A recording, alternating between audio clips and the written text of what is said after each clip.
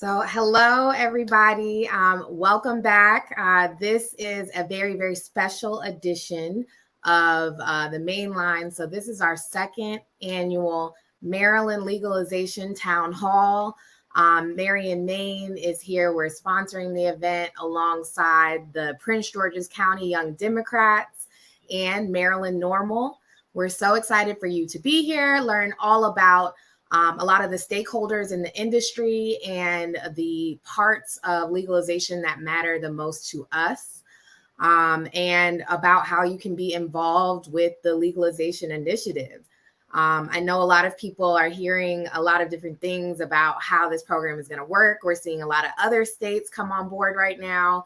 So I'm really excited about the awesome panels and speakers that we have going on for the next hour and a half or so. You're going to learn so much about what's happening here in Maryland and what's happened in other states as well. So I want to pass this over to my friends from Maryland Norml to get, a little bit more about what you guys are doing and kick off the event. Good evening, everybody. Thank you so much, Hope and Marion, Maine, for streaming this event for us. I am Lucia Nyankale. I am the Executive Director here at Maryland Norml. And tonight, we'd like to welcome everybody to the second annual Legalization Town Hall.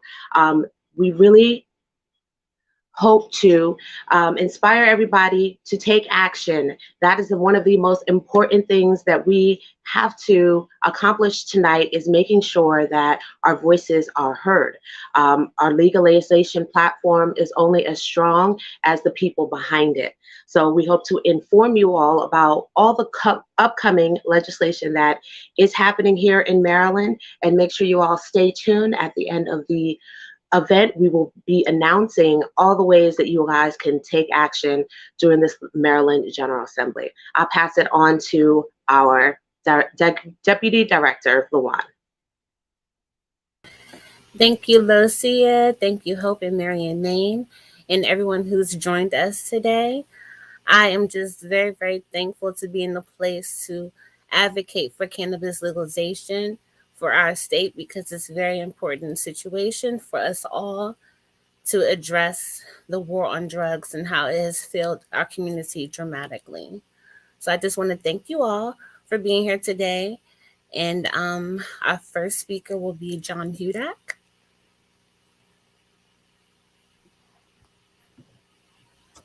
Hey, Luan. Thank you. Thanks for having me today. This is a really important topic, and one that I'm privileged to speak about with all of you. Maryland is not my home state, but Maryland is about a mile from my house in DC. It is a place that desperately needs the issues surrounding the war on drugs to be addressed. Maryland, in a lot of ways, has had periods in its history where it has been ground zero for what is the institutionalized racism that exists through and with the persecution of the drug war. And Maryland is at a crossroads right now. It has the opportunity to not simply amend its laws to deal with marijuana prohibition, but it has the opportunity to help begin to repair the damage that the drug war has caused in the past. This is a real racial justice opportunity for the state of Maryland. Every year, hundreds of thousands of individuals across the United States are arrested for simple cannabis crimes. Most of that is done at the state and local level. Most of that disproportionately affects Black and brown men and women. This is not because of differences in usage rates or differences in possession rates. This is because of the way that those laws are implemented and enforced.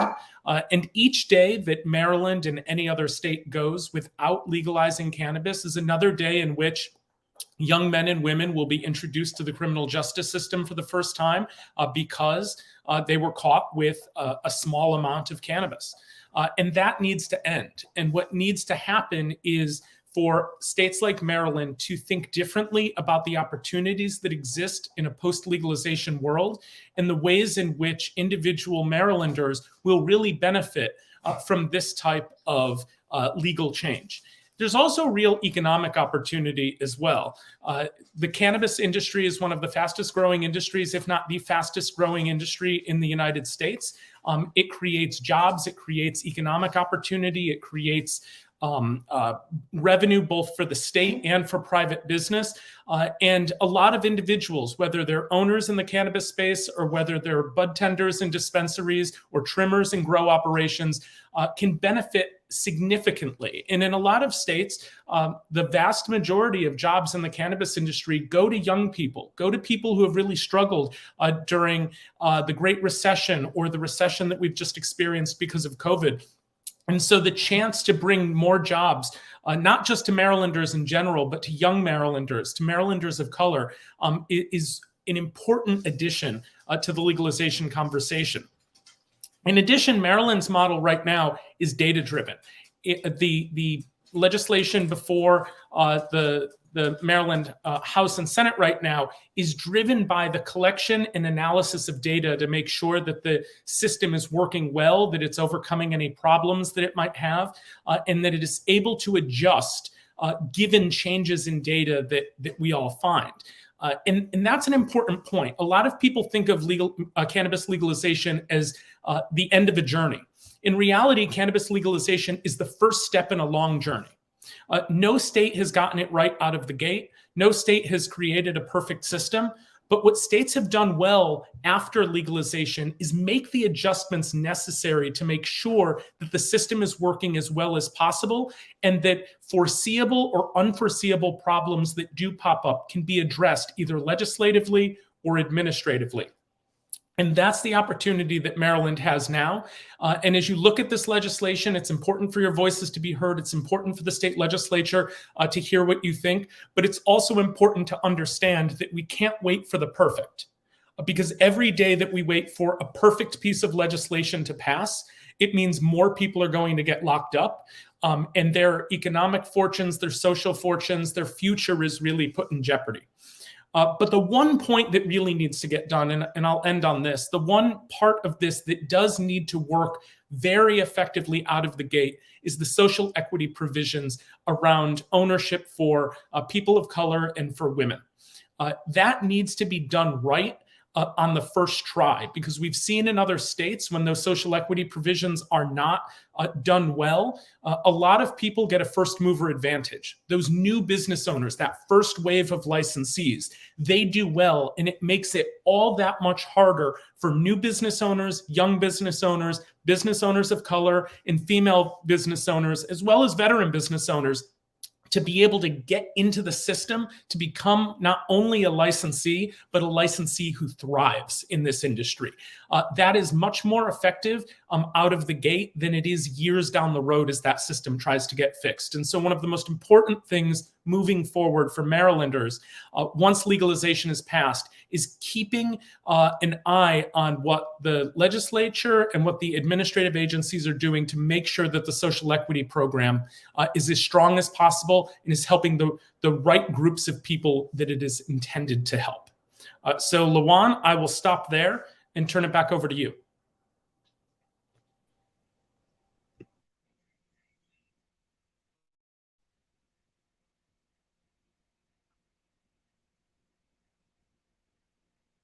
Excuse me, I'm still on mute. Thank you so much, John. I appreciate that. I'm going to Before we bring up our next speaker, Lawan, I do want to let everybody know that tonight's broadcast is an interactive broadcast. We want to make sure that you guys are asking the questions because the people are here to give you all the information that will help you all make your decisions and help you be a better advocate here in the Maryland cannabis space. So make sure you guys, wherever you're tuning in from, whether it be on the Facebook, YouTube, Instagram, drop your questions in the chat so that we can get them answered for you and keep interacting during this process. Thank you, everybody, for tuning in. Lawan, go ahead and, Delegate Acevedo is up next for our next speaker. Thank you very much for joining us this evening. I'll go ahead and let you take it away. Yeah, thank you so very much. Really good to be here this evening. I'm Delegate Gabriel Acevedo. I represent District 39 in Montgomery County, and I'm the lead sponsor of House Bill 1342, the Cannabis Legalization and Equity Act. And before I talk about what this legislation will do if passed, I want to just mention that language is important because it helps us not just understand the issue, but it also helps us understand where we need to assign blame and the areas that we need to focus on when we talk about reparations. And I wanted to just say first and foremost that the war on drugs was an intentional war. And it was not just successful in that it managed to decimate Black, Latinx, indigenous communities of color, but it has had a ripple effect on several generations. Maryland is a state where we incarcerate more Black people, according to a justice policy study, between ages 18 and 35 than any other state in the union. And a part of that incarceration is the result of the criminalization of cannabis and the disproportionate and racist enforcement of the cannabis criminalization laws. And that has had a devastating impact on our communities, on communities of color for a very long time. And you see, it's not enough to acknowledge the criminal justice piece of cannabis legalization. It's not enough to acknowledge the harm. We must also work towards repairing the harm that was done, particularly for communities. And a big part of that is looking not just at the legalization of cannabis, which I support, but looking at several other pieces as well, to include equity and licensure, to ensure an equitable framework for communities that have been locked out, that have been locked up, and as we've seen in other states, locked out of a burgeoning industry. And so we have to ensure that we're not just injecting an equitable framework into any cannabis legalization effort, but we also need to be addressing reparative justice. How are we repairing the harm done to communities? And as it stands right now, there are several pieces of legislation introduced this session that would legalize, tax regulate cannabis, but also address the equity piece, the social equity piece, but also the reparative justice piece. I've introduced a bill in the House, and I just want to point out that there are 3 bills in the House right now related to cannabis legalization. One is House Bill 1, which in essence puts to the people of Maryland the question of whether we as a state should legalize adult use cannabis. That's House Bill 1, and it's a referendum that will be on the November ballot. The second bill is House Bill 837, which is cannabis reform. And while the bill legalizes cannabis, it does not go far enough in the areas that I mentioned. I think any effort to legalize cannabis, we must ensure that we're addressing the criminal justice aspect of it. How are we not just expunging records, but have a plan to release those that have been incarcerated for so long as a result of the intentional war on drugs? We need to ensure that we're not, while we're legalizing cannabis, we're addressing the issue of odor, the smell of odor, and how disproportionate enforcement of cannabis laws affects communities of color. We have to ensure equity. We have to ensure a pathway into the industry for those who have been locked up and locked out. We have to ensure that there's opportunities for unionization of workers. And we also need to ensure that the communities, the zip codes where we saw the intensity of the intentional war on drugs, that we are investing the revenue from this burgeoning industry, a new industry that we're legalizing, back into those communities. And any legislation that falls short of that, we should not as a community be supporting. Nothing about us without us is for us. And any legislation in this area to address the issue of cannabis, the equity piece, the reparative justice piece, without our community's input into this legislation as stakeholders, we should not be supporting. And that's exactly why I voted against House Bill 837. And I implore folks to tune in on March 8th. It's the committee hearing for House Bill 1342 in the Judiciary Committee. This is a really important bill that not just legalizes cannabis, but addresses the equity and also the reparative justice piece of this. There's also some legislation in the Senate from Senator Jill P. Carter, who is also fighting this fight on the Senate side. Senator Brian Feldman from Montgomery County also introduced a cannabis legalization bill. Both bills are a little bit more substantive than as previously introduced and what we are seeing in the House. My bill 1342 is the only bill that goes far to not only allow for legalization, but the equity, the reparative justice, the home growth, which is key, the decriminalization of paraphernalia. All of these things are important, and we can't get lost by the excitement of cannabis legalization and forget these very important pieces that have implications for our communities and people that look like us.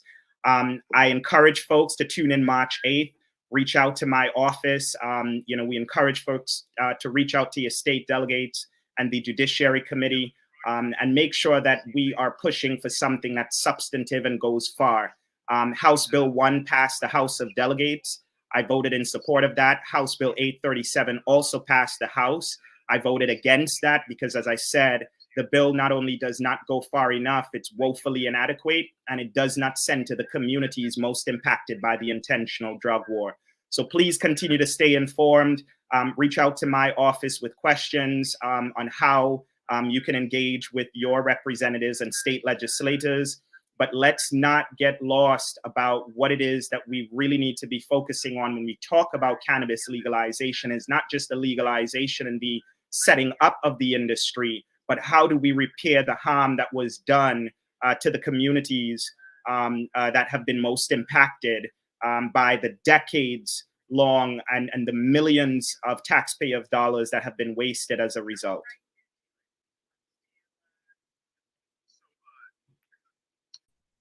Thank you so much for your input. So informative.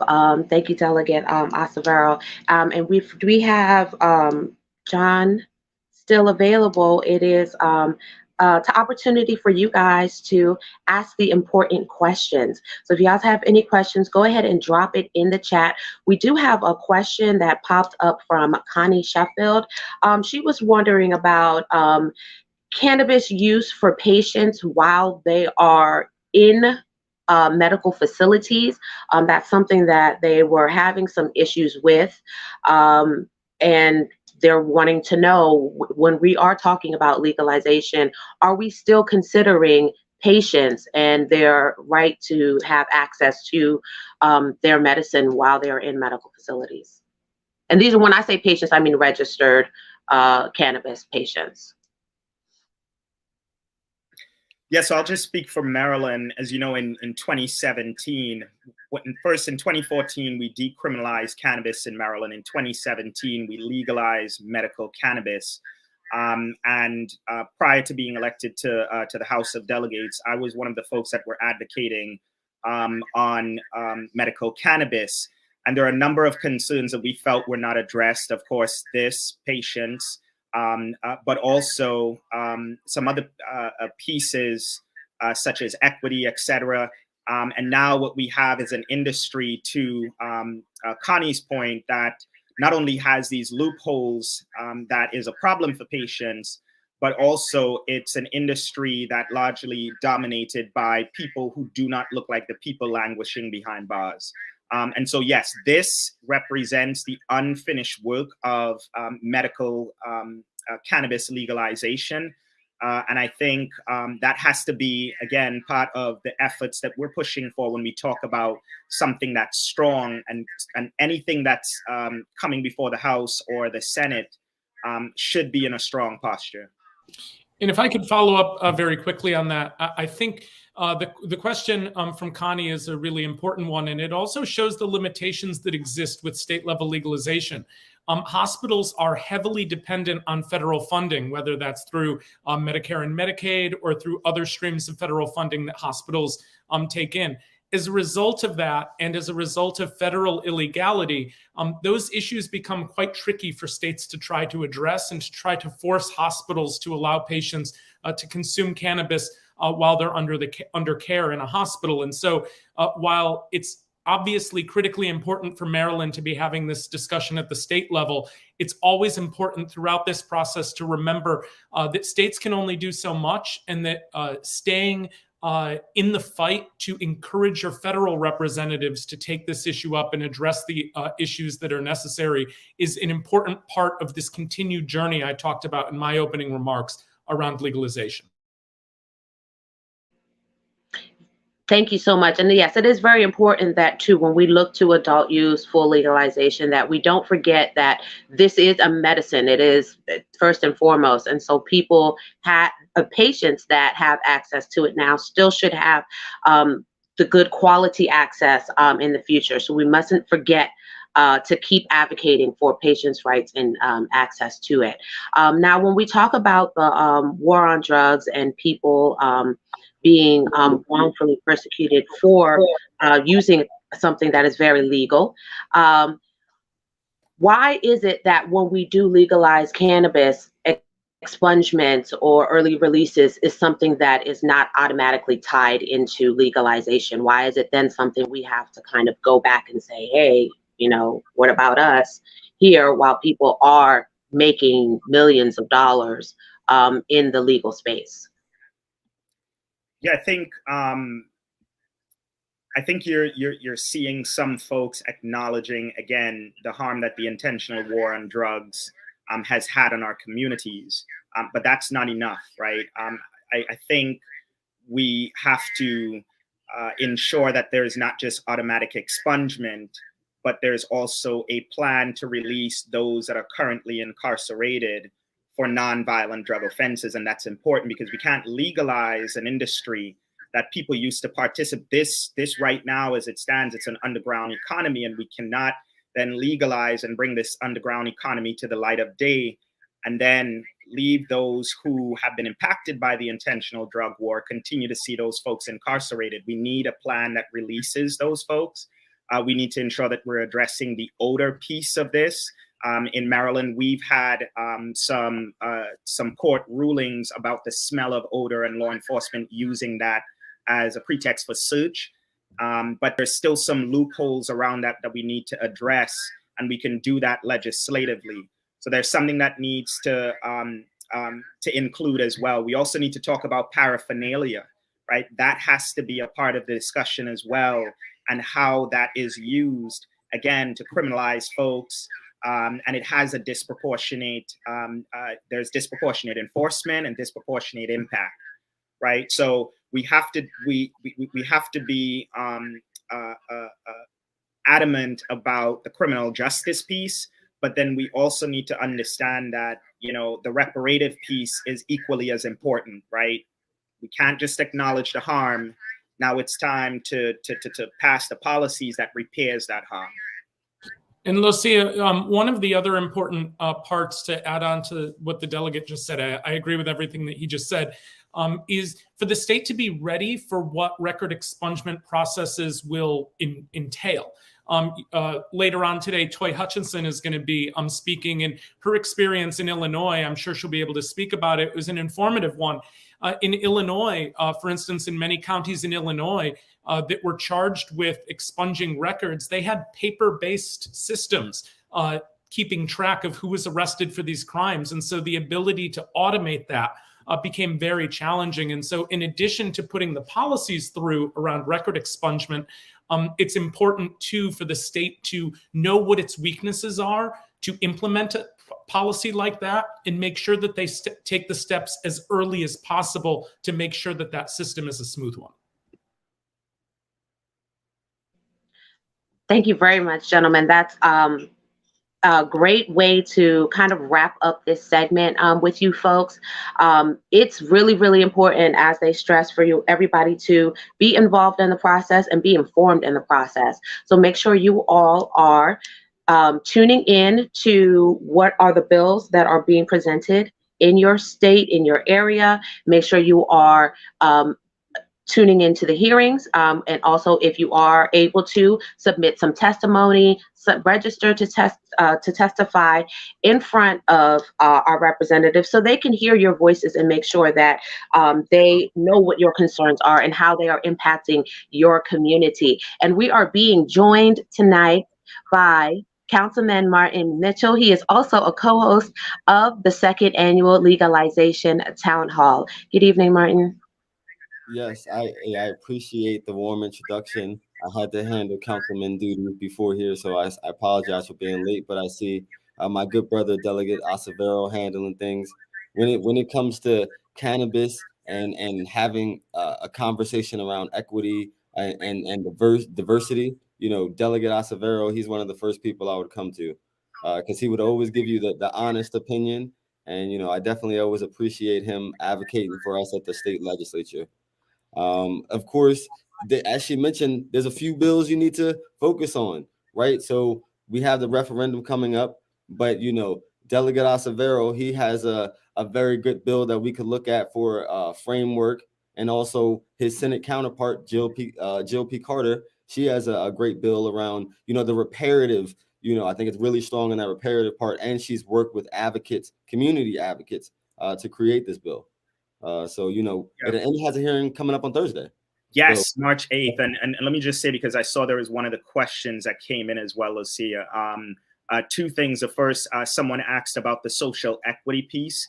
I think it's important for us because there, as was mentioned earlier, a number of states have passed cannabis legalization by referendum, legislatively. And you've heard a lot of, social justice buzzwords, certain words used, equity, social equity, right? So on and so forth. And ultimately, what we are seeing from these states that have passed it, still a lack of minority participation in the industry, in essence, being locked out. We're still seeing the inequity. And so we have to be careful because, again, language matters, right? And a lot of people use and throw around these terms, particularly the word equity, and we have to have an understanding of what equity means. And so for me, it's an act of ensuring that impacted communities are treated fairly and they're centered, right? So that they're not being left out and left behind, right? And that is an intentional act. So how are we setting up a licensure system? Because in Illinois, it was mentioned that Illinois passed it. They have a various tier system. I was actually speaking with State Representative Carol Ammons a couple of weeks ago. And I just want to plug something that folks can tune into. It's Cannabis Conversations. It's conversations that I've been hosting with other state legislators in states where they've either legalized cannabis fully, partially, or where it is illegal.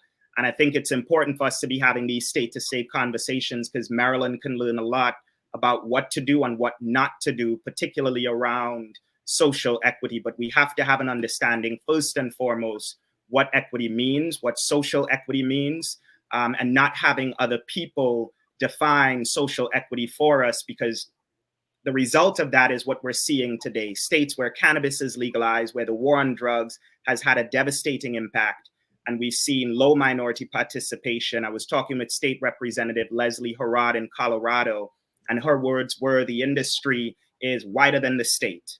And that tells you what we need to do when we talk about legislation and what we should be focusing on in terms of outcomes, in terms of repair. Absolutely. I appreciate it, Delegate Acevero. And as you mentioned, pay attention. We have some key hearings coming up. So MD Norml, they do a great job on shooting out information on when key hearings are happening. So I know they're going to continue to do that this week. And so right up, we have a giveaway. We have a giveaway, our first giveaway. So the same way that people interact with the comments, the thought is you're going to interact with this giveaway. Okay. So the first giveaway question is, what is the current decrim threshold in Maryland? The limits. And no, you can't answer, Delegate. I know you know this one. And if I didn't clarify, for possession.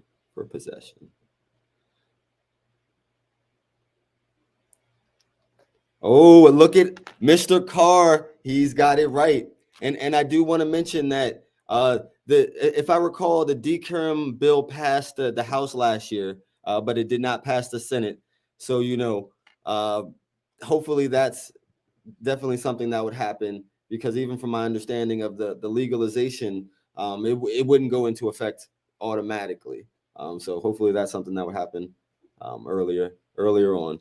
Okay. Rusty. So Rusty is going to get the first prize, and the first prize, I want to say it's a medical dispensary that I've become familiar with in the last few months, and they do great work. And it's called Manna. So Manna, they put together like a little care package. They have a T-shirt. They have I think a water bottle, some pins. So a lot of different branded items from Manna. And yeah, Rusty, make sure you send us your email address, and you can send it to either Lucia or Lawan. Make sure you send us your email address, and we will. I'm sorry, Lucia. No, I was going to say, he can, just to make it easier for him, you can just message Maryland Norml on our Facebook page, your information, and we can go ahead and get you your prize. I wasn't sure if that was like a question for the audience or for me. I was like, should I answer? Do I get a prize? No. Well, we appreciate you, Mr. Carr, for staying up to date. So the very next person we have joining us is Connor and Trisha Sheffield. Hey, hello, guys, how you doing? What's up? I'm doing good. How are you doing? I'm doing well. I can't complain. It's Monday, right? Right. All right. You guys can hear me good? Yeah. All right, awesome. So for those of you that don't know me, I'm Connor Sheffield. I'm 17 years old. I'm a pediatric medical cannabis patient. I'm a high school student, senior.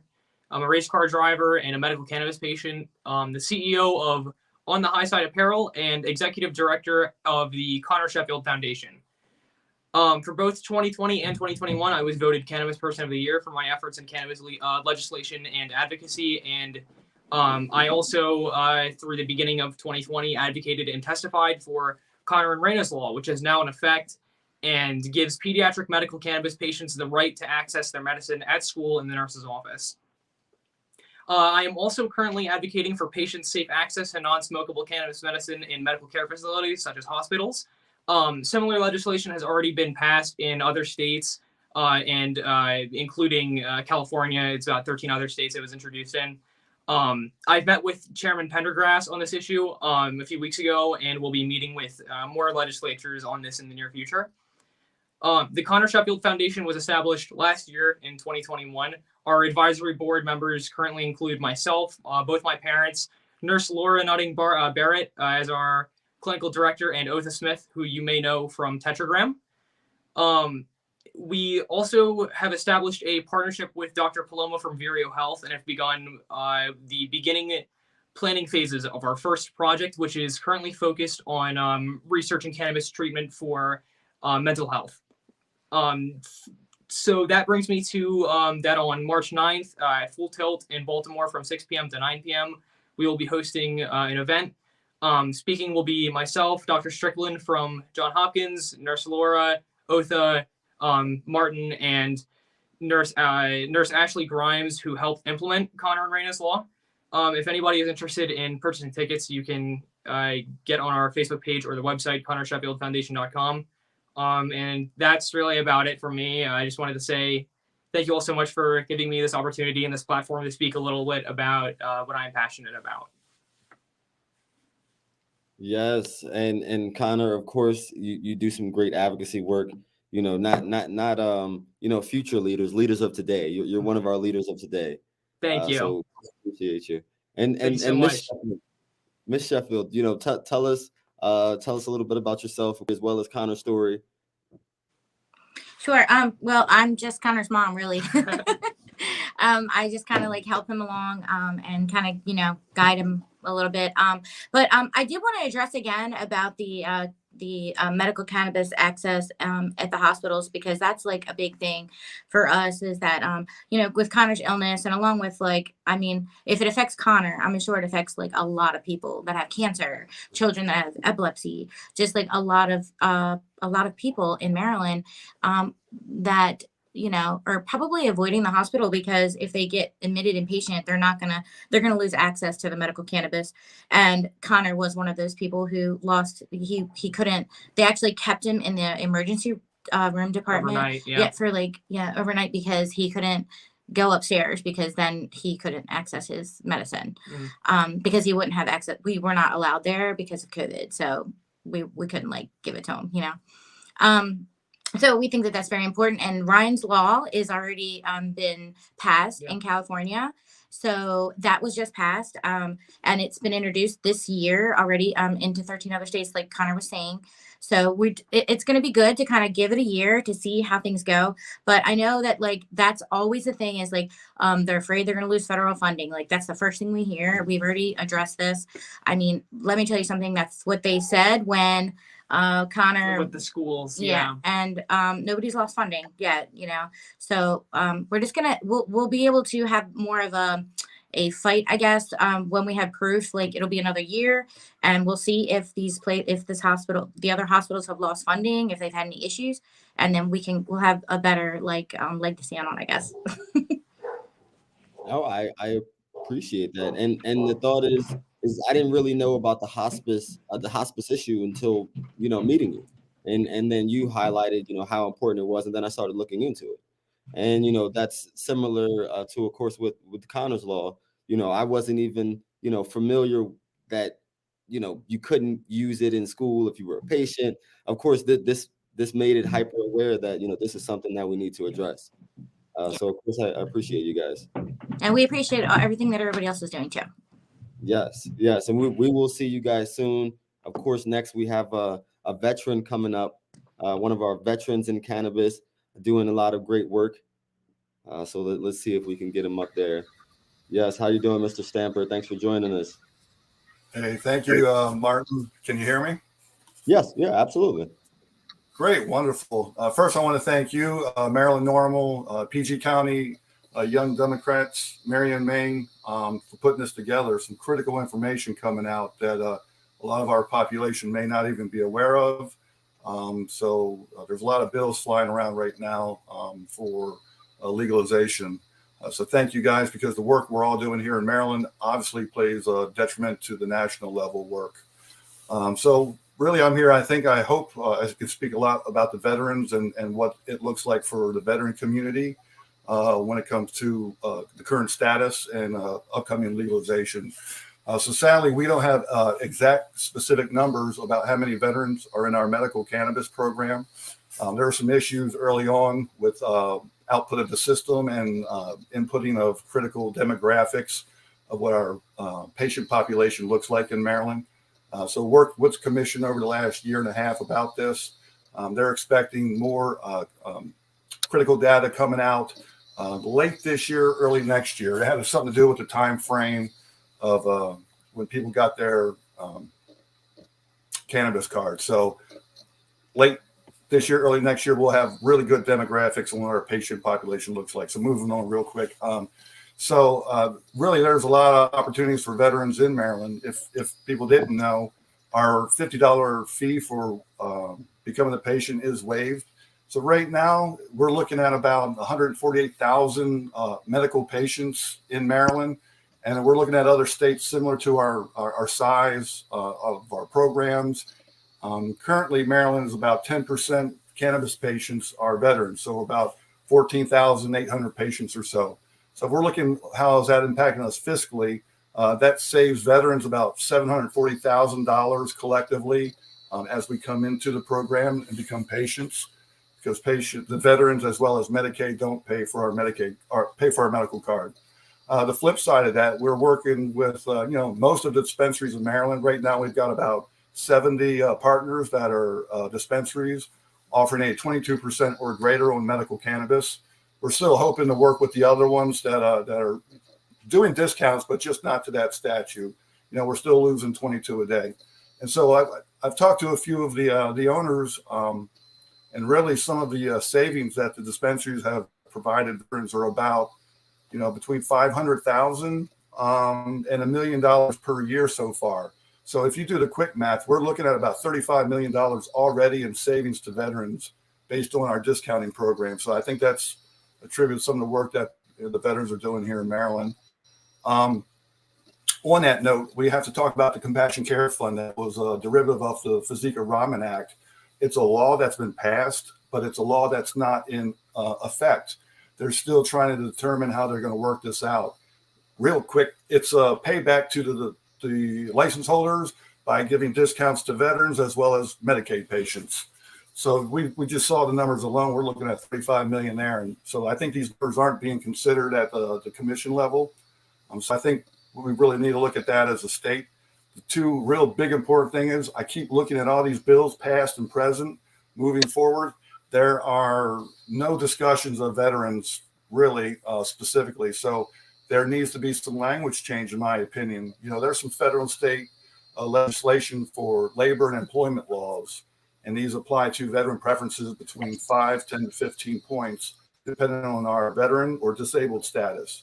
We saw some laws and bills go through last year that weren't even to the federal and state level. So we need to keep that in mind. We're talking about veterans. And more specifically, we talk about what is a veteran. We know what a veteran is compared to what they do in combat and time zones and in war periods. But a veteran is the complete demographic. And I feel, and I think a lot of veterans feel, that we are still getting lost in the bills and the language. So I feel veterans are not falling into the equity, inclusion, diversity like we are. And so that needs to be looked at. The bills that are flying right now, we fully support with some amendments. 2 plants is not enough. I won't regurgitate all the other speakers, what they'll be talking about. There are 2 specific bills that are critical that nobody speaks of whatsoever. And this is House Bill 597 and Senate Bill 236. These are the Maryland Veterans Trust Fund bills.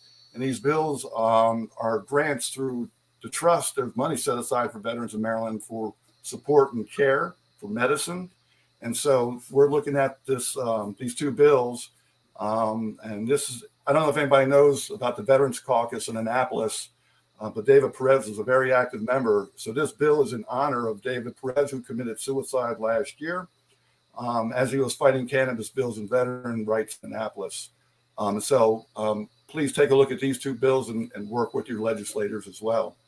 And in my opinion, when a veteran wins, everybody wins. We fight at the tip of the spear, not only in the military, but we fight at many levels. And I think the work we're doing, we just need more support and help with all the veterans in Maryland, as well as civilians, by getting these laws looked at the local, state, and federal level. So if there's any questions, I'm happy to take them. And thank you, guys. Of course, Erica, I always appreciate the work you do and, the perspective, especially the veterans perspective. Just quick story. One of the first people I met, when the DC market, first went legal, I met a veteran. And one of the stories she told me was that, she was so thankful to be able to move to DC because, now she didn't have to use opioids. So, and after a while, I think it was after like a year of, being a patient, she no longer was using these 12 different prescriptions, because a lot of times it starts off as one, and then one thing causes another illness, and they're in which you go. So I appreciate it, and of course, I think there was a few questions. Let me see. I think the question that I see is how many plants for home grow? 24 is so much more. That's what I see. I could take a little of the question. So right now the legislation reads, sadly, and only 2 plants when we go into adult usage in July 2023. I know some of the other bills, there's still more bills coming, like the delegate that was just going before, about 24 plants. So as it stands, unfortunately, it's only 2. We really hope to see some of these amendments go through, because we know 2 plants is just not enough. We really looked at historically in other states similar, 6 plants, 3 in veg and 3 in bloom. We believe that would have been collectively a good, adequate amount. And you got to think about the strain varieties, and like 2 plants may not produce enough harvest for a particular patient because of the profiling. So yeah, that's my stance. What? No. I mean, of course, I appreciate it. Yeah, Let's as see, a home grower, 2 plants is totally not enough. That doesn't even begin to scratch the surface. And as somebody who's been advocating for home grow across the nation, we noticed that, people try to use the excuse that legalizing home grow is going to take out the pockets of the people in the industry, or licenses in the industry, and that's completely false statement. Do not try to let anybody convince you of that fact, because it takes at least 6 months to produce anything of quality, if you're not using any auto flowers. So, and you imagine the square footage in, the average home based on these 1,000 to 1,000,000 square foot facilities that can barely keep up with the Maryland market. And what's being quoted is but 10% maybe would be an impact for people who actually grow, if that were to impact the industry at all. So making sure that we are there to testify to help increase that number, to help those patients get access to the plants that really help them in their struggles. I did want to ask Eric, and also for you, Trisha, for people that aren't veterans, or people that do not rely on the medicine, the patients and the veterans tend to get forgotten when we do talk about these laws and legalization. What are ways that you can encourage people to kind of tap into that audience or that space, and how can we help advocate with you? If you don't mind, I can run that real quick. So really just reach out to us directly at veteransinitiative22.com. We're on, social medias and the website, but some really great things are happening right now that I'm so proud of. So the University of Maryland has their alumni for, the Masters in Pharmacology for cannabis now. And so, with some outreach, we've been able to start wrangling in some of those participants. Lo and behold, we found out so far in just a very short time, we found 6 veterans who are going for their masters right now. And so we're looking at really close integration and leverage in the veteran community, to move forward in a greater way, to come up. There's a lot of opportunities for not just veterans, but for other patients and in the ancillary space, as well as legalization when it happens. There's going to be some tremendous opportunities. Connor Sheffield Foundation for research. We've already engaged in some discussions. So collectively, other states have already started this. Now it's time for Maryland to jump on the wagon and move forward. We're a strong state, and we're so close to where, national policy is held. I think we have some leverage there. And personally, I just want to tell everybody to just use your voice, because that's kind of how we ended up here, is just telling our story and not being afraid to talk about cannabis. The conversation is where it starts. And the more we talk about it, the more, normal it becomes, right? I mean, so we just have to use our voice and not be afraid, because that's the main thing. I find that being a parent, and I know a lot of parents who have children that do use cannabis, and they're afraid to talk about it. They're afraid to be judged. That all needs to go away, and that's kind of what we're all doing together. We're just working together to do that. But the more we talk about it, the more we use our voice, the more that the more progress we all can make together. Hey, Eric, if you have, you see the question right here. If you got 30 seconds, can you respond to that question? It's one of the veterans. Sure do. I got 4 minutes and 20 seconds for that one. Okay, so the question was from Carl is, what is the legality of veterans receiving VA rating using medical marijuana? First, says, let's try not to use the word marijuana. Let's try to move with the cannabis. That's, some terminology. We're trying to get that at the federal level. It's a hard one. There's some stigmas with that word. So right now, if you're in backtrack. Federal government, still illegal. right? So the VA is a federal entity, and so at the federal level, they have to deny and not support our cannabis usage. However, in states that do have medical programs, we are fully requested to communicate with our VA healthcare workers and facilities about our medical usage. This is medicine. And so it's important for the VA to know about what we're doing. So it can not say that it can manage us, but so they can be aware of it. Medical programs, we're perfectly fine to seek care medical programs. We are working directly with the PTSD suicide prevention team at the VA. We've already worked with the research department. They're open and they're staying.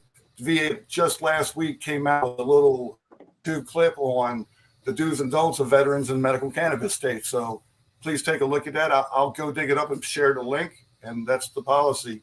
We can to the doctors. We can let them know what we're doing. Doctors cannot recommend cannabis for us. Doctors can't help us fill out the paperwork for medical cannabis, but they're happy to take our information. So that's the line there. Research has already started at the VA on the West Coast, and we've had talks here on the East Coast as well. Thank you. Thank you very much for responding to that question, a fellow veteran. And of course, thank you guys for joining us. We are heading to our next panel. Thank you guys for sending in questions.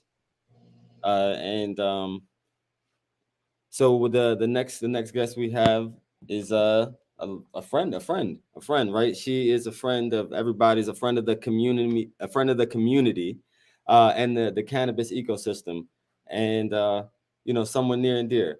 Keisha, thanks for joining us from Explore Maryland Cannabis. Yes. Okay. Let me make sure I'm not echoing here. Okay, good. We good? Okay, cool. Wow, what an event at the tail end of Black History Month, and also one of our busiest times in Maryland. So for you all to put this on, for you all to get the engagement that you're getting on a Monday, right? Because Monday be Monday.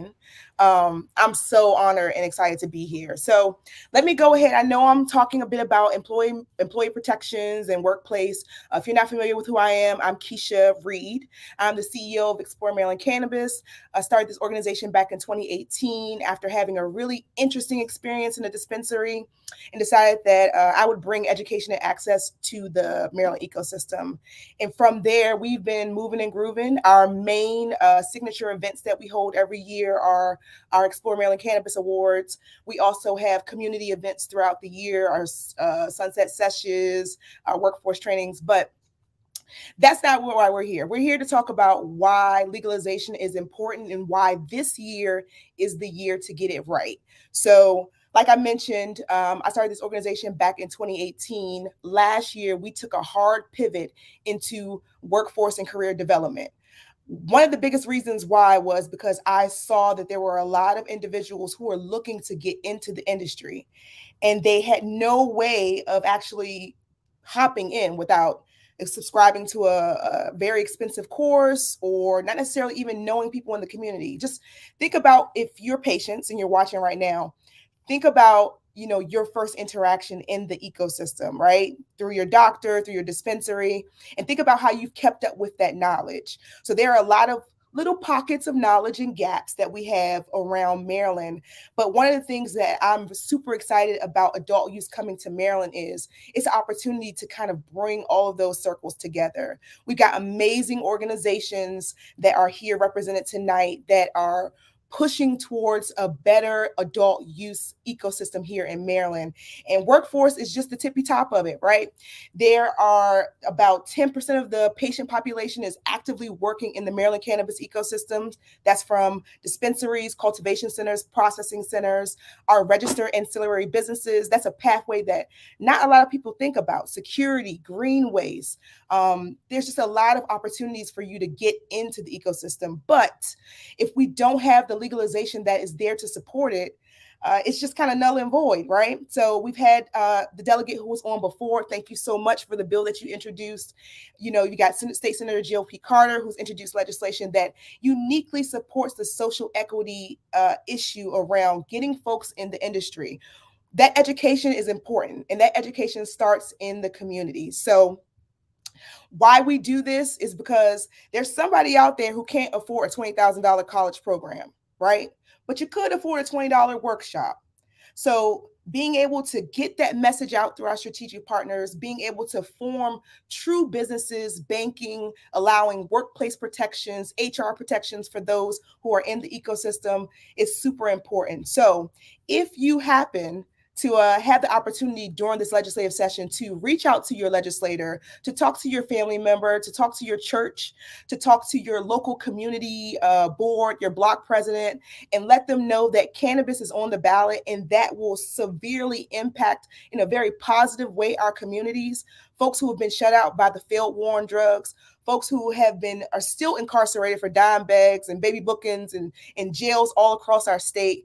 This gives them an opportunity to have an equal playing field. So we do it because we know that there are people who deserve to have a seat at this table, who deserve to build a table like myself and some other organizations are doing. So first things first, I want you all to head over to my MGA, our state General Assembly website, and track and stay on top of those bills. Maryland Norml does a great job of getting the information out. The Maryland Marijuana Policy Project gets a great job of getting the information out.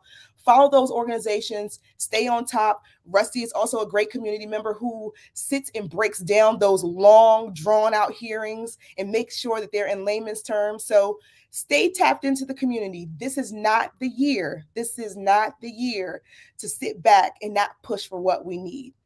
And last, but certainly not least, 2 plants is not enough, y'all. Think about how much money that we spend on medicine and how that equates to typically a full-grown plant. You get about 1.5 ounces off of it.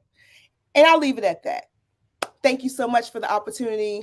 Make sure that you all invest in adult use, support the individuals on the panels tonight, and that's my time. Of course, Keisha, don't go anywhere. If anybody has any questions for Keisha, definitely get them queued up. She does a lot of great work. Keisha, one of the things I saw, and of course you guys do a lot of promotion, is you're helping people, get careers, in the industry. And when I always talk to you, it's always a conversation of, of course the community, but I would say a strong emphasis on the Black and Brown community. So I appreciate you for doing the work. And, I just want you to let people know the upcoming dates that you have. I know you have some upcoming workshops. So I did want to make sure to plug you in, and anybody else in Maryland. Cool. Yeah. I mean, every month we do weekly workforce training. We also have office hours where you can come and ask questions about whether or not Florida Kush is an amazing product. It is, absolutely. You can also come and ask questions about how to use certain cannabis-based products. And since we are, at the end of Black History Month, it is important. It is important that Black and Brown folks get a seat at the table. I am a Black individual, capital B, don't undercapitalize B with a capital B, right? So I think that it's important that people like me, people who look like me, people who have been affected by the failed war on drugs have an opportunity to get into the industry. So like Martin said, we have events. You can check us out on Eventbrite. You can go to our website. We host things every week. And April is coming up. So I'm excited about that. Thank you. Thank you very much. And coming up next, we have someone else in the industry. Lucy, thanks for joining us. Lucy's Natural Remedies. Can you all hear me? Do I have myself on mute? This is the first time I've actually used this platform, so bear with me here. All right, cool. So thank you so much. It's an honor to be here as part of the second annual town hall. I feel really lucky to be able to be here and share this information with you.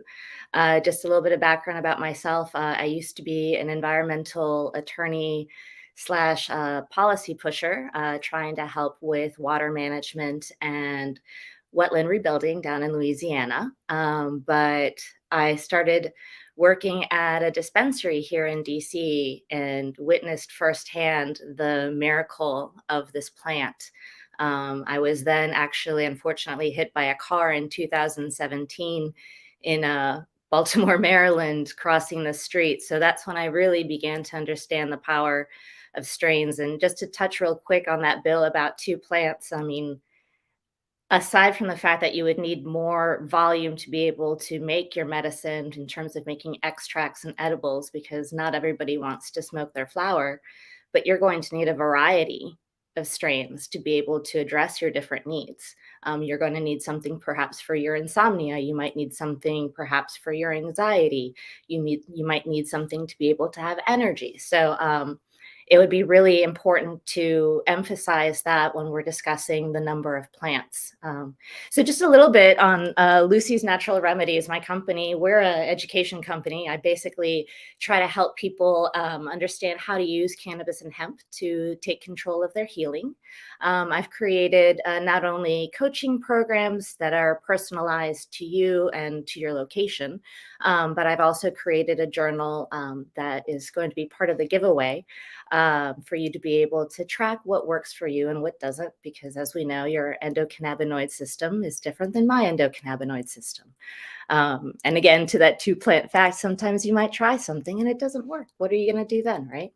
You have to wait another 6 months, as Lucia pointed out, to be able to get a good harvest, to be able to actually address your needs.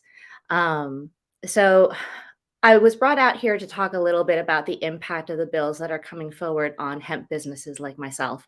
And I think it's important to understand, what Delegate Acevedo was saying, or Acevero, right, was saying earlier, is that it's important to focus on the language, because without that, we really don't have the proper regulations. And then I can't help you and your family members understand how to use this. Eric had brought up the fact that the term marijuana is something that we in general want to steer away from, because of all of the negative, racist associations that come from that. And so it's that level of detail that we have to make sure that our language in the bills are satisfying. I know that there's some language out there in regards to the definition of hemp and how that would impact Delta 8 companies. I think it's great having that 0.3% definition. And I really hope that we understand the importance of having that information, so that when your friend comes in and doesn't know anything about cannabis and is afraid to use something with THC because they have a security job or whatever, that you can explain to them, hey, this is something that you can use and it's defined here by the law. So I just wanted to kind of bring those issues up. Basically the 2-plant, oh, sorry, that's my cat. The 2-plant requirements just is willfully incorrect, and really focusing on the language of the bill so that, people like myself and everyone else can help you understand what is actually going on there. So again, thank you so much. I will leave you with this. If you go to my website, I do have some information because I love teaching you about things, but it's a guide on terpenes. So that's also kind of helpful when you're looking at why it is you're picking at a particular strain to be able to help yourself. So take a look at that and let me know if it helps. Lucy, thank you very much. I had a few points. You brought up so many great things. For one, I'll ask you the question second. I just visited Colorado a couple months ago, and one of the things that I realized was, Maryland, does well on actually like listing the different terpenes. Yes. And, one of the reasons I found that important is because, since I've become a medical patient, it's not just about, I would say me personally, I'm a flower guy, because you mentioned there are many ways of consumption, and, of course, these different consumption methods, your body will respond differently, and, different strokes for different folks. Right. So basically, I realized that Colorado, they only had the THC, labeling. And, so I really valued it when I came back to Maryland, and I was able to look at the different terpenes and be like, okay, well, this is what I need for this day, or, this is what I need for this activity, or, to heal this, so it definitely, knowing the terpenes helps. Yeah, definitely. I started in DC, and they don't have terpene testing, as we all know, in DC. So when Maryland started doing that, and I think it's really around the time that as a community, we started to understand that it's not about necessarily the THC concentration, that we're looking, all those people using those aromatic oils were onto something, right? So. Yes. Yes. And the quick one I wanted to ask you is, for people who might not know, of course, all of us might be aware, but what's the difference between THCA and CBD? Sure. So THCA is going to be the natural uncombusted form of THC. So when you're looking at the raw plant, there's actually very minimal traces, if any, of THC. You have to activate it with either alcohol or with fire or pressure in some way. And so when you're looking right now at using THCA, you're getting a lot of the vitamins that come with that in that particular plant. So it's really great to do that in that sense, right? When you're talking at CBD, that's going to be another cannabinoid, kind of like another little friend inside the plant. And that is what you're seeing a lot in the market. And the equivalent, like the partner, if you were to say CBD and THCA, you're looking at CBDA, right? Like that's the acidic form of it. And when you activate that CBDA, you get the CBD, which you and I know a lot about. So interesting enough, though, just a real quick aside, they're looking at how CBDA is impacting COVID and how that might able to be assisting people in recovery. So don't go out there and eat a whole bunch of CBD, or hemp plants. That's not the solution. They haven't figured out what it is. It's just been so far tested in the lab, but just something to think about. Most of us look at just the non-acidic, like the activated form of the cannabinoid, but we're learning a lot more about how it works. So. Okay, so I basically wanted to segue to a giveaway. We have a giveaway and then a question, right? So I see Lawan, she popped up, and I know she's ready. Hello, everyone. So for our next giveaway, we're going to ask, what year did the Farm Bill pass, and that gave way to legal hemp in the market? Great question. Great question.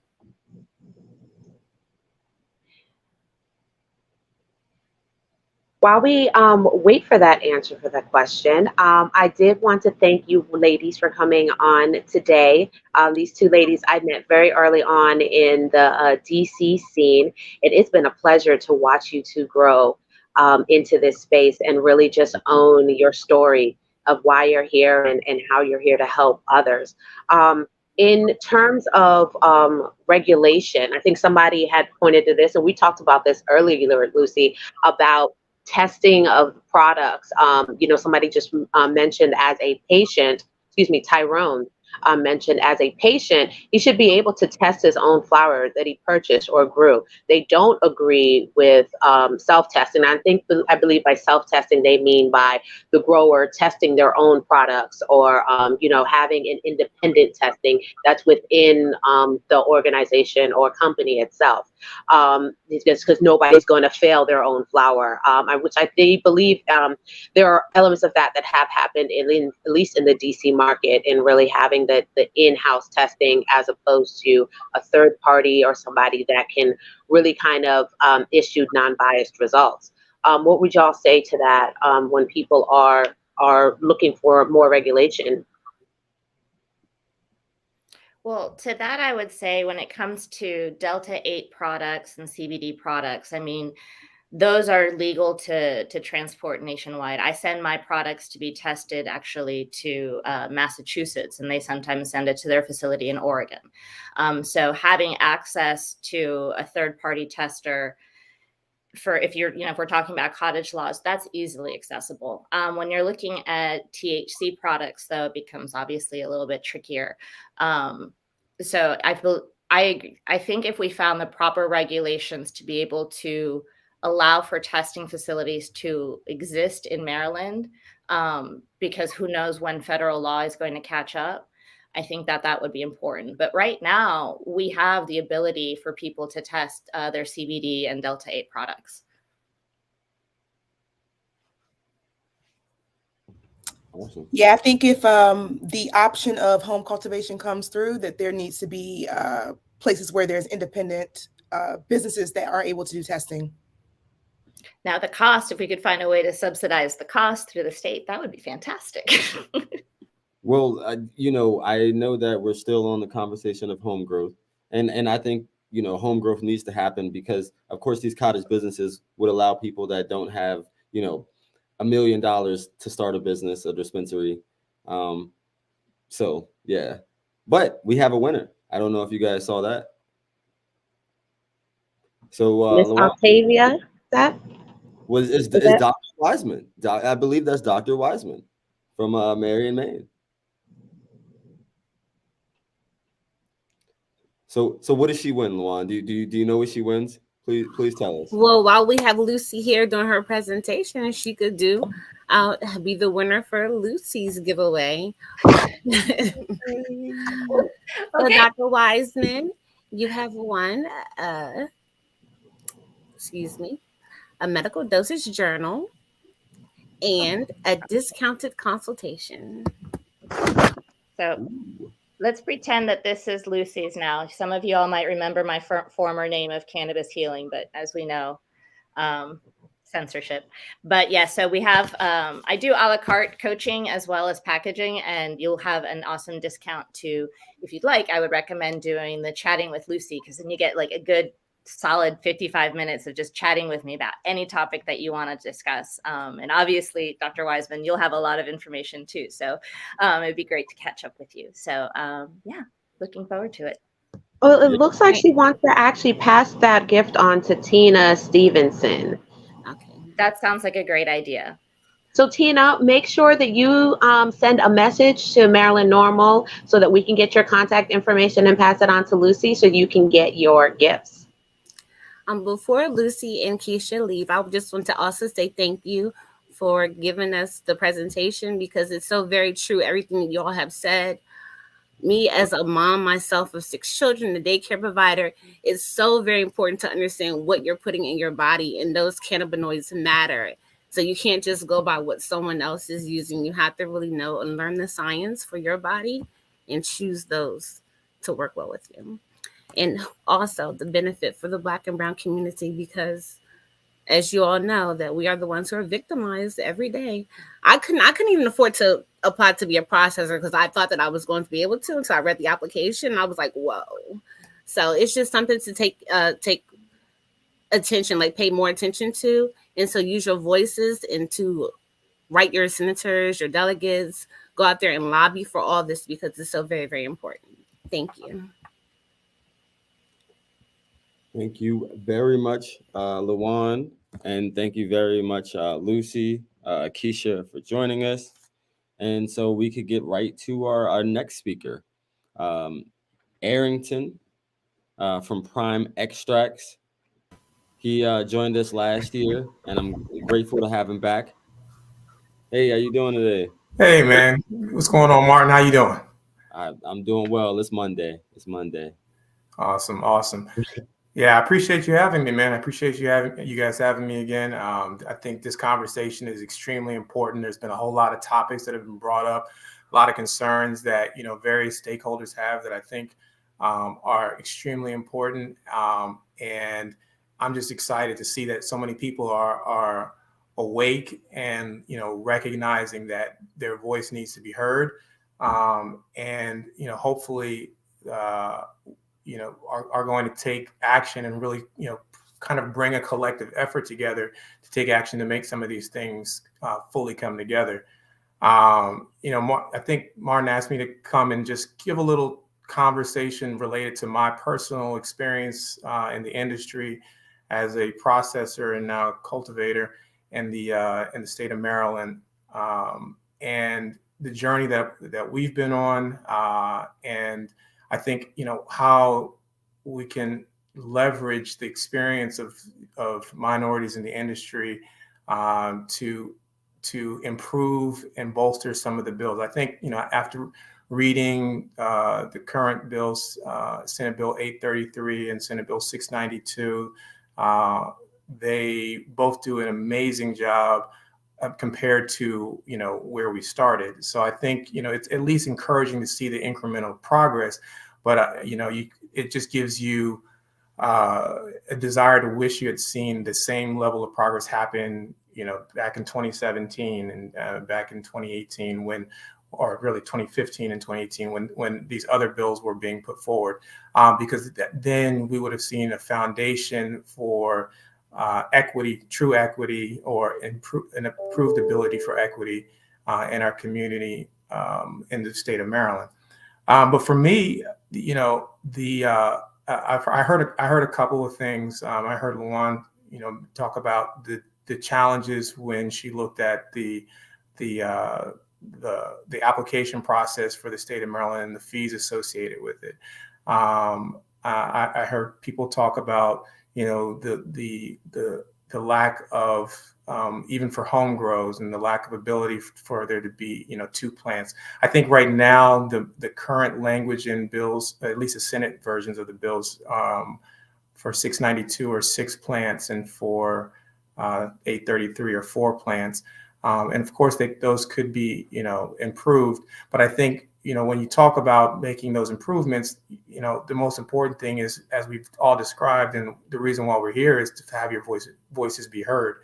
And when, for example, today is the 28th, and we know that on, I think it's March the 3rd at 1 p.m., these bills had their first reading, and so they're now going to committee. And being able to, I don't know if these committees are going to be, with COVID, I don't know how it is now as compared to how it was previously with committee, where you could sign up to, give to speak, or you could be present in the room. Perhaps they're doing it virtually, but I think it's imperative to know whoever is the committee, the finance committee leader, to make sure you're writing their office and to express your desires to see some of those elements of the bills be changed, or participate during the time of those committee hearings, so that individuals recognize that there are eyes watching them in terms of the decisions that they're making as it pertains to stakeholders and individuals who want to see changes happen within the industry. So I think being active and being activated, especially when you recognize that this forum right now is taking place, right prior to the actions necessary to make changes. So I think we need to be active in that regard. But in terms of how I came into the industry, one of the things that exists now that didn't exist previously was, unless you were living in Oregon or Colorado more specifically, there was really no opportunity for you to truly understand what was necessary to make it to be successful in the application process. So I think one of the key things that I learned along the way, and that I would encourage anyone else to do, is just kind of look at now that there are applications that have been put out, and now that you can download and see what the questions that were asked, there isn't really much variation between. Obviously, there are a little bit more, and there's kind of more robust perspective in terms of what they want to see in the application, but the foundational framework is the same. And so you have the ability to go back and look at the previous applications and look at the previous questions to understand, what are they looking for from me as an applicant. And one of the things that I think is imperative is there are consulting firms that are out there that there are some that are extremely expensive, and that's what we recognize, where those things are cost prohibitive. But I really believe, and this is really what we did, in that when you bring together smart minds and you are passionate about a space, and you're passionate about the plant, and you now, with all the resources that are available, I think the information is there to be able to even really do stuff yourself. And so I would encourage folks to go back and look at a lot, whether it's the state of Maryland, whether it's the state of Pennsylvania, whether it's the state of New Jersey. There's a lot of resources out there. So, but more important, even looking at how the legislation is framed right now for what's going to happen in the future. And somebody said it correctly in terms of, paying attention to the language. It's super important, because one of the things I think that people should pay attention to is, the ceiling that you want to see exist for minority entrepreneurs. If we're going to create legislation that allows minority participation, should there be a cap? And this is coming from me, where my company doesn't have a cap, where we have zero cap on how big we can grow. If we can become the biggest company in the state of Maryland and on the East Coast, and there's nothing that's prohibiting us from doing that. But we represent really now just one of just a small number of individual companies that have that luxury. I think that one of the things that we look at in some of this new legislation is, while it's important to have the micro processors and the micro cultivator entry points, I don't think that we should ever be able to put caps on the growth of what a person of color should be able to achieve and aspire to, if given permitted an opportunity to make their mark in an industry. So those are some of the things I would encourage folks to pay attention to, and some of the legislation that exists right now. And if it's important to you, to be able to control your own destiny and control the destiny of a company that you may end up starting in this space, pay attention to those things. And I think, to kind of speak to some of the things that people were talking about as it related to testing in the state of Maryland, for home grow, there are a host of different testing facilities in Maryland. So I don't think that people will have a challenge when it comes to testing their product. And for home grow, I don't know that. I mean, I think there are products out there that you can purchase to just test for yourself to understand at least what the THC level is in your plant. So those are just some things I would encourage. Okay, so question is there any micro licensing in plans for MD? Yeah, I mean, from what I read in Senate Bill 692, there are plans for micro licensing, and I think those are important elements to have. Okay, I appreciate it. And then same question he had was, do you have a site where I can look up this information? Someone earlier said a really helpful resource is the Marijuana Policy Project. So I think it's mpp.org. And then they do a great job of breaking down state by state. So if you just click on Maryland, and then they help distill out for you whether you want to read the whole bill yourself, or you want to download just look at the summary of the bill that they've distilled for you. They do a great job of that. And there were some things that you had brought up in your discussion. Thank you again for joining us today. In terms of people being able to come out and testify on the 3rd is Senator Carter's hearing for Senator Carter's bill, that is SB 692, and they are doing the hearings in person. Tomorrow is the time that it opens up for you guys to register to get your voices heard. We can drop some links on the Facebook chat so that you guys can make sure that you all are registered. And if you guys cannot show up to testify, you can always submit your testimony in writing. And that is always encouraged. Let's make sure that we get our voices heard. And it looks like we have another speaker that just popped up. So Martin, I'll let you introduce them. Yes, so we got a question, but we'll get to that after, of course, the next speaker. So Carlo, thanks for joining us from Project Dream. He does a lot in, of course, the cannabis community, the ecosystem, and thanks for joining us today. What's up? What's up? Thank you, Martin, for having me. Hi, Lucia. Hi, Ayrton. Hey, what's going on, Carlo? What's up, everybody? So, on civil rights and liberties, I really actually appreciate what everyone has already said, so I'm just going to echo a few things. But actually, really quick, I realized that other than my homies here, which is plenty of y'all, understand what Project Dream is. So we're basically an affinity group within the Maryland cannabis industry. We're with the MD MDA.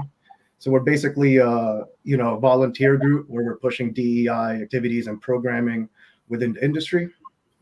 And so with that, we really focus on education, creating safe spaces, changing policy and looking at better management. So the things that we do, other than advocating for policy, basically, is we're trying to leverage, the public and private partnerships we have to achieve these things from a corporate culture, also as corporate governance, to really change things within the current industry and to push that as we go on for all these new legalization bills. And to echo to my message to everybody out there, for me, we really have a lot of opportunities here, for Marylanders, for minorities, and really for every citizen within the state, right?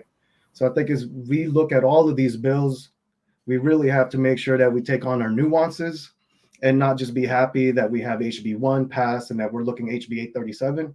Because even if we look at, House Bill 1342, shout out to Gabriel, I really do believe that there's a big part missing in the equity aspect from, what it has on these bills. Like he said, that's more on the substantive side. So I really encourage everyone to look at all bills, make sure you get in touch with all your representatives and really pay attention to the nuances in each one and not just be happy that we have something passed, because there are things, and once it's in there, it's going to be much, much harder for us to get later on. So next thing that I want to say is that, for business owners, if we treat our citizens right, we get our liberties and our rights. We'll have constituents that respect us. We'll have commerce that not only touches the urban side of Maryland, but also our rural areas, our farmlands that we love so much. So for me, pushing these things aren't really just about, one side or the other. It's about our state and about our citizens and all the people that live here, that people that look like us, one of the most diverse states out there. So we might as well have our products, our laws really match the population. So for me, if we're able to do those things, our commerce, our community will only be better. So lastly, how do you all keep in touch? I'll make sure to put up a link to our website. Make sure you stay in touch with Mary and Maine, folks like Martin, like Gabriel, because we are going to be putting events throughout the year to ensure that you're able to voice your words to us and we could get it along, or we could teach you how to get your voice directly heard by the people that need to hear them. So that's really all I got. Make sure you pay attention to the nuances. Keep in touch with all of us. I promise we'll be doing our work for y'all. So please just follow us, support us as best as you can, and we'll do everything to serve y'all. Thank you very much. Thank you very much, Carlos. So I wanted to bring back Arrington, and I saw a quick question. Hey. Appreciate it. So the question I saw, let me zoom up. It was what qualities in flour do processors look for versus what dispensaries look for?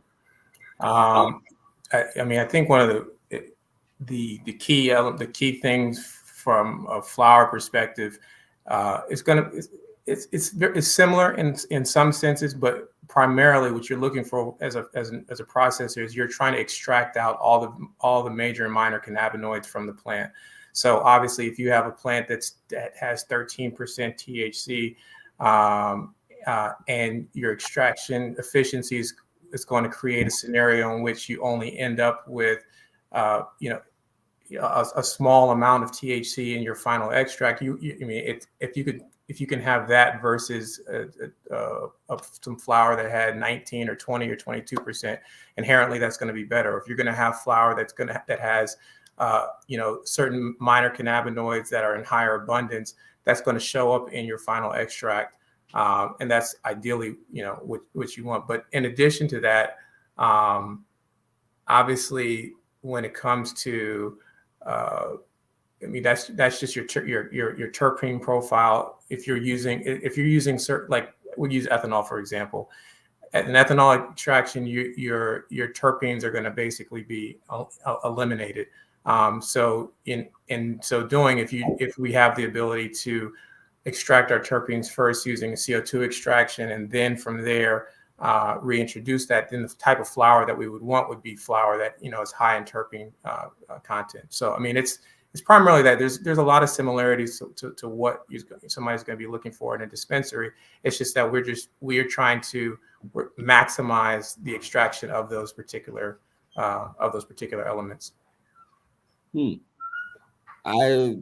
So one more great question. Of course, I love unions, supporting workers' rights. So the question they have is, do they have plans to unionize cannabis jobs? Cannabis jobs have a major turnover rate. Yeah, I mean, to be quite honest with you, I don't think in the state of Maryland that has been a key component of a lot of different. I don't think I've seen it in any legislation. Whereas, for example, in the state of New Jersey, you see it very explicitly outlined in New Jersey legislation as it pertains to specifically points that are associated with potential operators that are going to leverage union work. And so I think that there exists an opportunity for that in the state of Maryland, because to your point, I mean, there is a lot of turnover in whether it's folks on the grow side, whether it's folks in the dispensary, but I do definitely think there's an opportunity for leveraging union work. Thank you very much, and hopefully Lucia can join us. But I appreciate you guys for all of your input, and of course everything you do for the community. Oh, Lucia, how you doing? So it is time for a giveaway. Oh, where did Lawan go? Get Lawan back over here. Get Lawan back on the screen. But it's time for our next giveaway before we go to the next speaker. Okay, so while we're discussing bills, let's go back to Delegate Istavaro. And who can tell me which way did he vote for HB 837? Oh, that's a good one, Lawana. I hope you guys were paying attention, because he did mention that at the beginning when he did his talk. So if you guys were listening, or you guys had tuned into that hearing, make sure y'all drop your answer in the comments. And while we wait for that, I did want to touch on something that Carlo brought up, and also Henry had touched on a little bit, and it's social impact. I feel like we have this opportunity, if you're already active in this space, to use your position for social to demonstrate how social equity and social justice can work without being required to do so by the law. How, and I think that was something I said Carlo had pointed to. Have you recognized any community leaders or any businesses actively using social impact to kind of help change the way that we're looking at legalization and how we can frame it to include those have been impacted by the war on drugs? To be honest, personally, I don't I see it, but I think it's not to where I would like it to be. Again, to echo Gabriel's thoughts and just to really touch on why this is important and looking at these nuances. If you look at the policing across all of the bills, and we talk about things like culture and community, lived in experience, there's a lot more nuance that you could actually read that doesn't exist at all in the other bills. And the policing is a thing that, even though we've decriminalized, if y'all don't feel it, aren't being affected by it, by sheer luck, minorities, Black folks are still being policed at a higher rate even after decrim. So we don't even need to look at an outside state. We don't need to look at another year of why these upcoming bills and substantial things that it's unfortunately hard to talk about within 5 minutes. So please, it's House Bill 1342. Look it up. The policing is a huge part of how things are going to continue for our civil rights. It's all our civil rights and liberties. It is really that chunk right there. So look at how much there is there versus anyone else, and you'll see exactly how important it is just when you see the meat. I hope that answered it. I know I kind of veered off a little bit, but that I really just wanted to get that to touch on that point. No, I appreciate Yeah, that was great. Thank you. So we have a winner. I don't know if you saw that. Yay. Yes, Thunder, you are spot on. And for a bonus, do you know the reasons why? But anyways, you have won a giveaway from Wave Maryland. It's a dispensary here in Greenbelt, Maryland. They have given you a t-shirt, socks, a mask, and some stickers, as well as a Grow West rolling tray and a One Hero pipe. Oh, got some swag in there. Got some swag. Okay. Lucia, I saw a question if you wanted to bring it up or address the last question. Is a great question. I think it's probably, these probably some of the best people to answer it. I'm scrolling and I think I might have overlooked that. Can you grab that question for me? Yeah, so it's Earl Holloman. Yeah, there we go. It's is a training program to teach minorities. Is there? I would guess, is there a training program how to teach minorities how to grow and cultivate? So at Project Dream, we're actually beginning to work with the Choice Program at the UMBC Schreiber Center. Really looking at our partners like Aaron at Ethos, Crystal and Manny at GTI to be able to move forward and actually continue to work. We do it, shout out to the hat you got on, SunMed.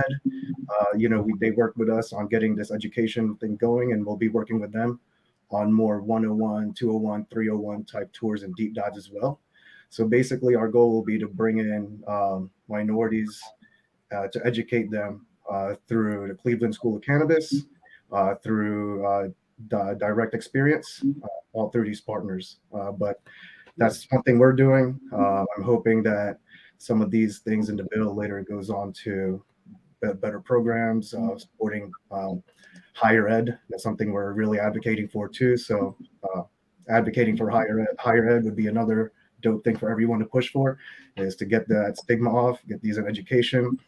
Not having this in the education system, imagine there's a whole lot of great minority, Black and brown founders coming up, and they're not too aware of the opportunities here. That's one thing we could do, just to even defeat pathways that don't even have to touch policy. Oh, that's a great response. And Carlo, I did want to also add to that too. We had this discussion regarding minorities in the space, and being that it is Black History Month, it was really relevant to speak to the fact that on top of wanting social equity, other people are also looking for a little bit more guidance and direction as to how to function in this industry, in this space, because they are recognizing that after people are awarded certain I guess privileges in the space, that they end up failing because they don't have the proper tools to operate in this space. But also trying to train you and giving you kind of this leg up in the same time can present a challenge. So if you are looking into getting into the space, just like Harry had mentioned, that you should always do your research now. Start getting in to areas or programs now that are going to help you in the direction that you want to go. And if the program is not available here in Maryland, find the closest state or area that has a legal program, that has programs that may have been in operation a little bit longer, that may have, I guess, a little bit more credibility within the community, that can help you, so that when legalization does hit, we're not looking for training because that time has already passed. We need to already be informed about how this works and be able to execute when the time comes. Definitely. Yeah, I echo that point. I think to your point, if you're committed to being in the industry and you're committed to wanting to learn, the reality is that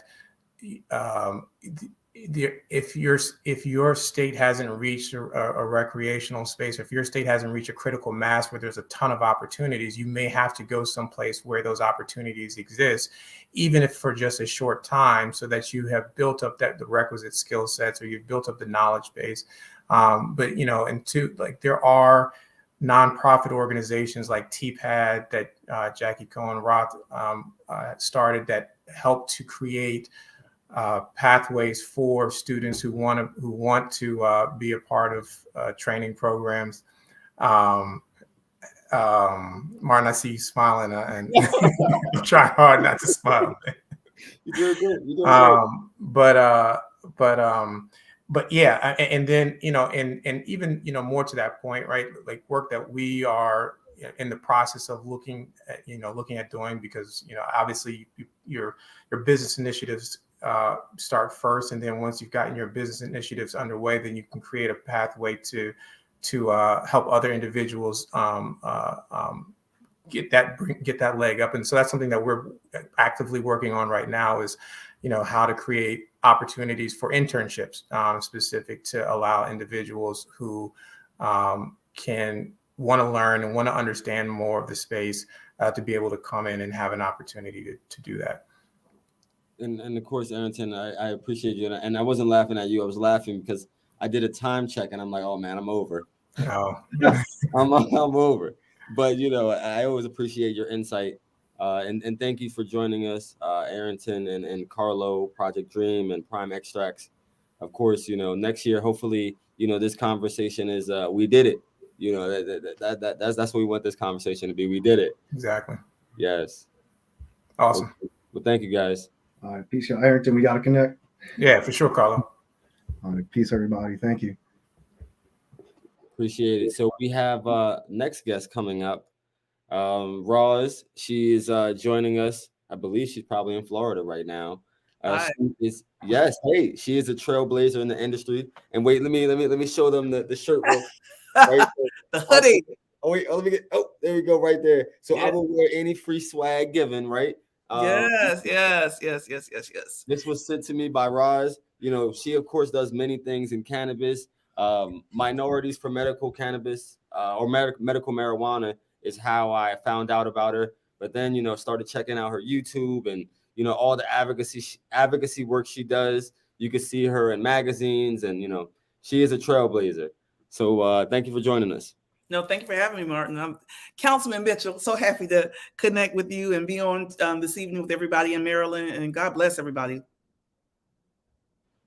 Yeah. So, of course, Roz, we were just having a conversation about legalization.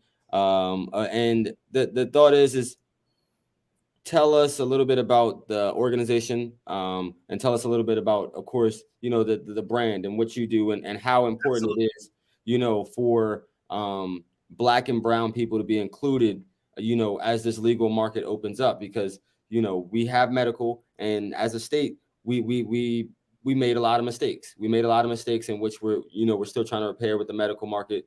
So, yeah. Give us your. Listen, I'm gonna get on the pulpit for a minute. So, hey, listen, to make sure you tap me in when it's time for me to get off. But first and foremost, thank you guys for having me. I'm Roz McCarthy. I'm the founder and the CEO of Minorities for Medical Marijuana. I started the organization in 2016. I feel like I've been in this game for over 50 years. Every year seems like a dog year. It's been incredible.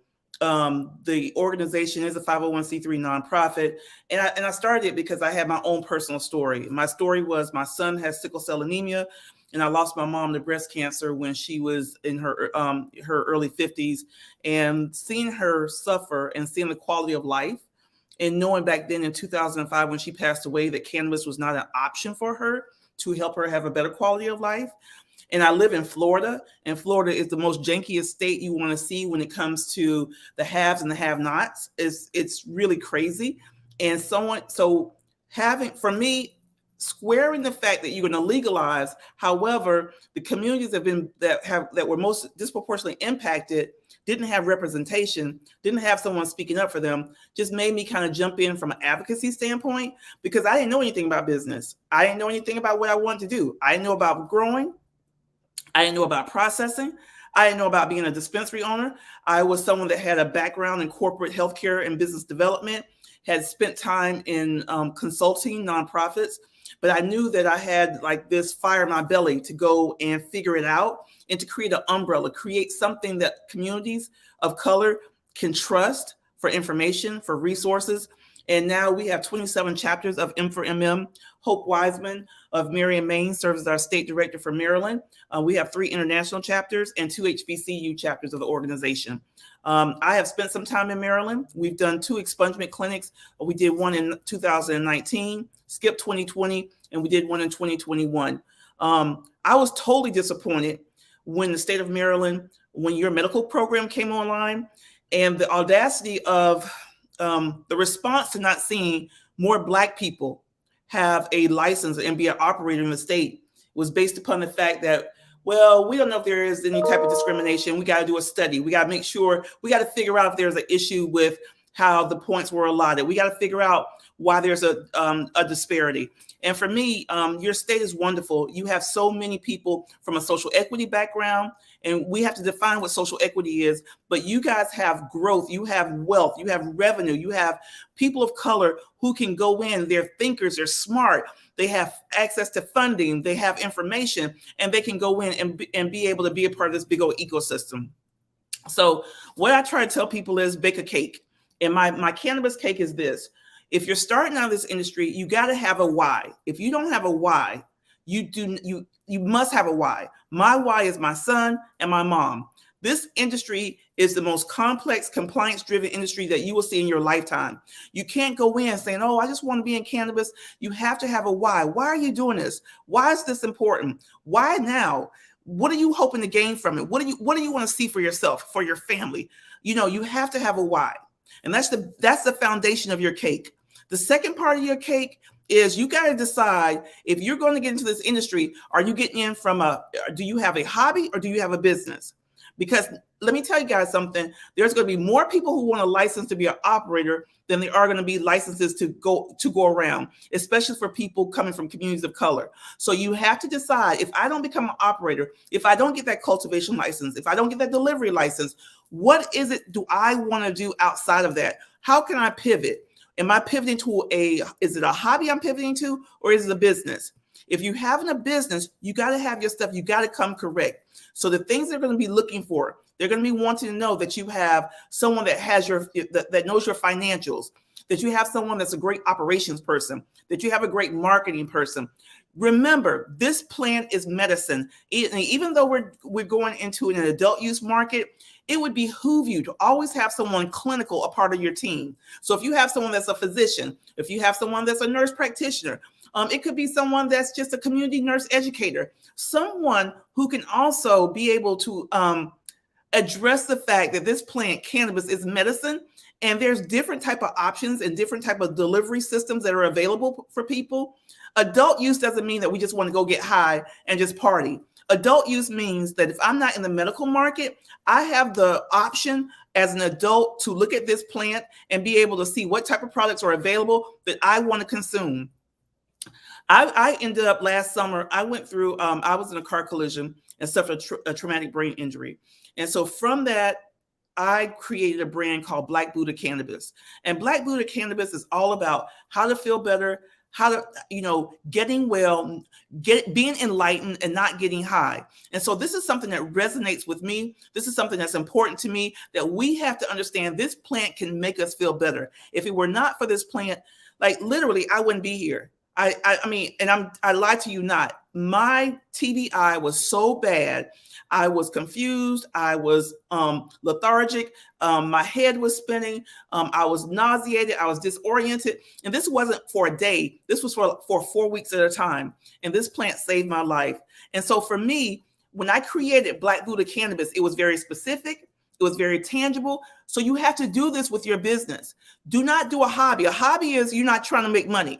So, so do a hobby, that's great. But if you're trying to grow a business, be very specific, be very intentional, be measurable, be tangible, have your stuff together. Have your business registered with the state of Maryland. It doesn't have to have cannabis in it. You could have, whatever the name of your business, get it registered now. Think about how are you going to evaluate your company? Who's going to be a part of your team? What license are you going to go after? Structure your business. Structure, get it going right now, and make sure that if you don't pursue one option, or one option ends up falling through, what's your backup? How do you pivot? And the last part of the cake, The last part, and so important, is you have to have an advocacy, guys. We cannot, with M4MM and all the other different advocacy organizations, we cannot pull this alone. We need you.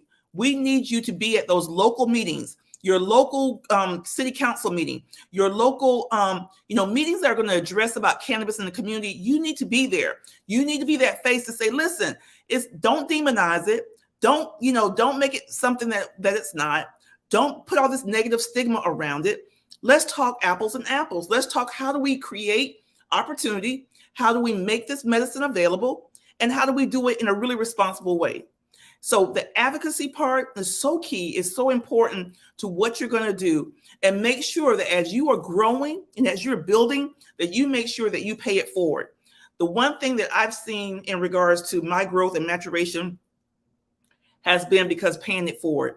Making sure that when I get in contact, when I connect with people, if you need me, I got you. If you got a question, I'll try to answer it for you. And karma is something that's real, guys. And if you put good energy out there, if you make it your responsibility as you're learning and growing to also help the next person, I promise you that you will see it comes back, and it comes back tenfold, 20-fold. It comes back in just, let me tell you something, just in the nick of time. When you're thinking that you're like, I don't know where I'm going to go, you have a breakthrough. And that breakthrough is that karma that comes back and it supports you in what you're doing. So again, I want you guys to be so intentional where we are right now, Maryland. You guys have an opportunity, but we cannot stand by the wayside. You can't attend this particular event and then go back home and not do something. You have to do something every single day. This cannabis opportunity is like a second job. Your first job pays the bill. The second job creates the legacy.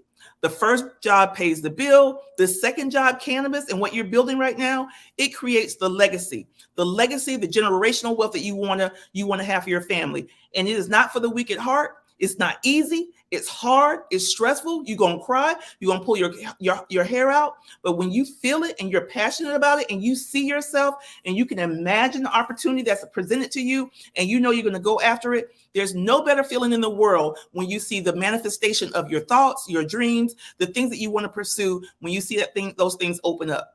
And I'm a living witness right now. I'm living my best dream, still trying to get product on the shelf.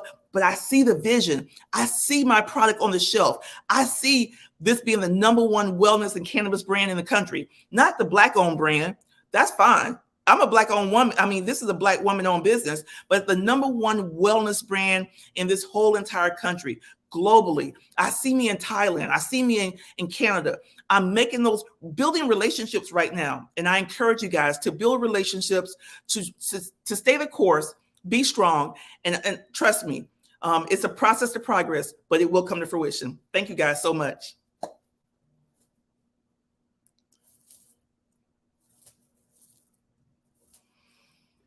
Sorry, I was on mute there. I would say thank you so much, Roz, and of course, everything you do for the community and the energy and the spirit you bring. And so we will have a couple questions, I'm sure, from the community. Absolutely. And I want to encourage, and if I can say one other thing, I want to encourage people. There's an ecosystem of cannabis. Do not forget it. The ecosystem is the ancillary business. I need you guys to don't forget that.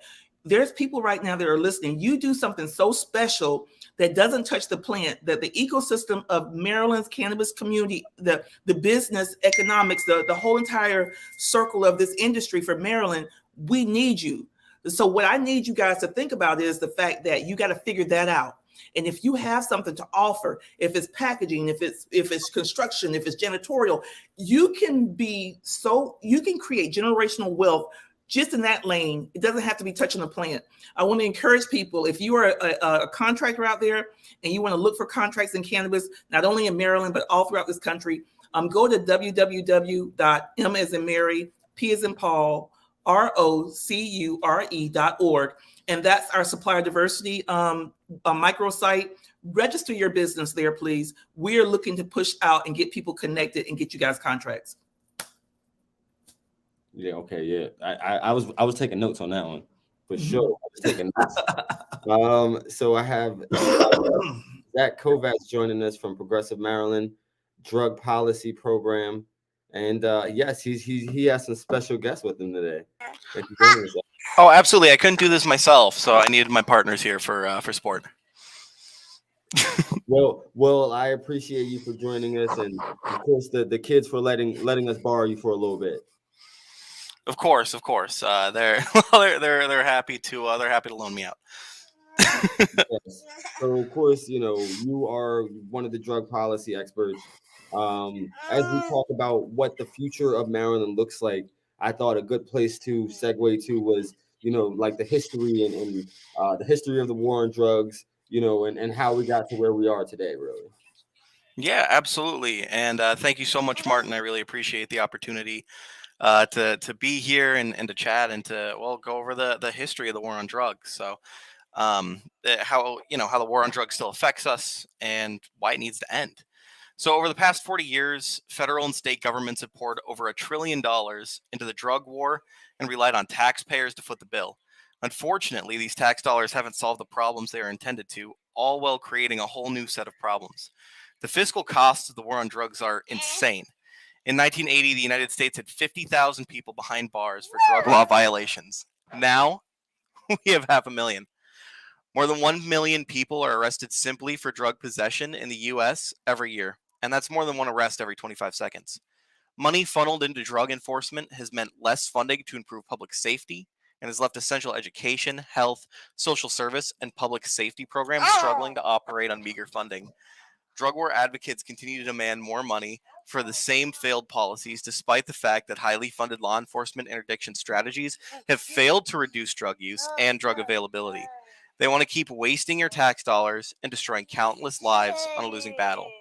The demand for drugs in the United States has remained constant despite the United States' enormous financial commitment to fighting the war on drugs with well-equipped drug task forces and the full force of mass incarceration. The drug war has created enormous public health costs by limiting the availability of harm reduction programs that could quell overdose and infectious disease transmission rates. Just as disheartening as the financial costs of fighting a failed war are the opportunity costs. Think of the impact all that drug war funding could have had if instead of financing the arrest and incarceration of millions of people each year, we made drug treatment more widely available, improved social service and education programs, or simply gave the money back to taxpayers. And have you ever wondered why police spend so much time enforcing failed drug laws? To find the answer, you just need to follow the money. Because funding for law enforcement is often based on the number of arrests made and the amount of property seized, the easiest way for local police to up their numbers and boost their careers is to target low-level drug offenders. To create arrest opportunities, police routinely rely on untrustworthy informants, conduct dangerous home invasions on flimsy evidence, frame suspects, and commit perjury. Asset forfeiture laws allow law enforcement agencies to keep the property they seize during drug arrests with a minimal proof, putting the burden instead on suspects to prove their own innocence. As a result, local law enforcement agencies tend to increase their focus on drug arrests, often at the expense of more pressing public safety needs. A prime example of the drug war's backward logic is its distortion of the basic economic principle of supply and demand. The federal government funnels vast resources into futile criminal justice and interdiction policies intended to reduce the supply of drugs while neglecting treatment and education strategies that could help reduce drug demand. This focus on supply reduction has failed to reduce drug use while provoking drug trade-related violence. The economic incentives of the illegal drug trade ensure that supply-side interdiction is an unwinnable battle. Education and treatment programs are exponentially more cost-effective and successful when it comes to addressing problematic substance use. Internationally, the hypocrisy of American drug policy is clear.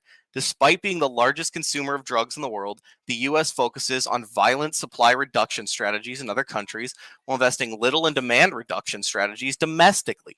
Drug prohibition essentially provides a monopoly and price support for organized crime, forcibly limiting the supply of drugs while demand remains relatively constant, only increases the profitability of drug trafficking. Drug enforcement officials often cite drug-related violence as a reason that drugs must be eliminated from our society, but it's actually the system of drug prohibition that causes much of the violence. Just as alcohol prohibition fostered organized crime in the 1920s, drug prohibition empowers a dangerous illegal market throughout the United States and the world. Prohibition has inflated the price and thus the profit of drugs substantially. It has also driven the drug trade underground, where there are no legal avenues for peacefully resolving disputes between competitors. We believe ending drug prohibition is the key to reducing drug war violence and restoring peace in the U.S. To share some actual statistics with you, annually we spend over $47 billion in the U.S. on the war on drugs. The number of arrests in 2018 in the U.S. for drug law violations, 1.7 million. And of those, the number of drug arrests for possession only, 1.4 million. The number of people arrested for a marijuana law violation in 2018 was 660,000 people. The number of those charged with marijuana law violations who were arrested for possession only, 608,000. The percentage of people arrested in 2017 for drug law violations who are Black, that was 27%, despite making up just 13.4% of the U.S. population. The war on drugs hasn't worked, and it's not going to. So let's actually help people and end the war on drugs. Well, and with that, thank you so much. I appreciate your time. I'll pass it back to Martin. I got to thank my helpers for helping me out with that. I appreciate it. And of course, what is that, Caroline we're watching in the background? Yeah, it is. Yeah, of course. Great background. and I think one of the things that you kind of had my wheel spinning there. So, of course, when legalization happens, and the thought is thinking about people who are, currently undergoing charges.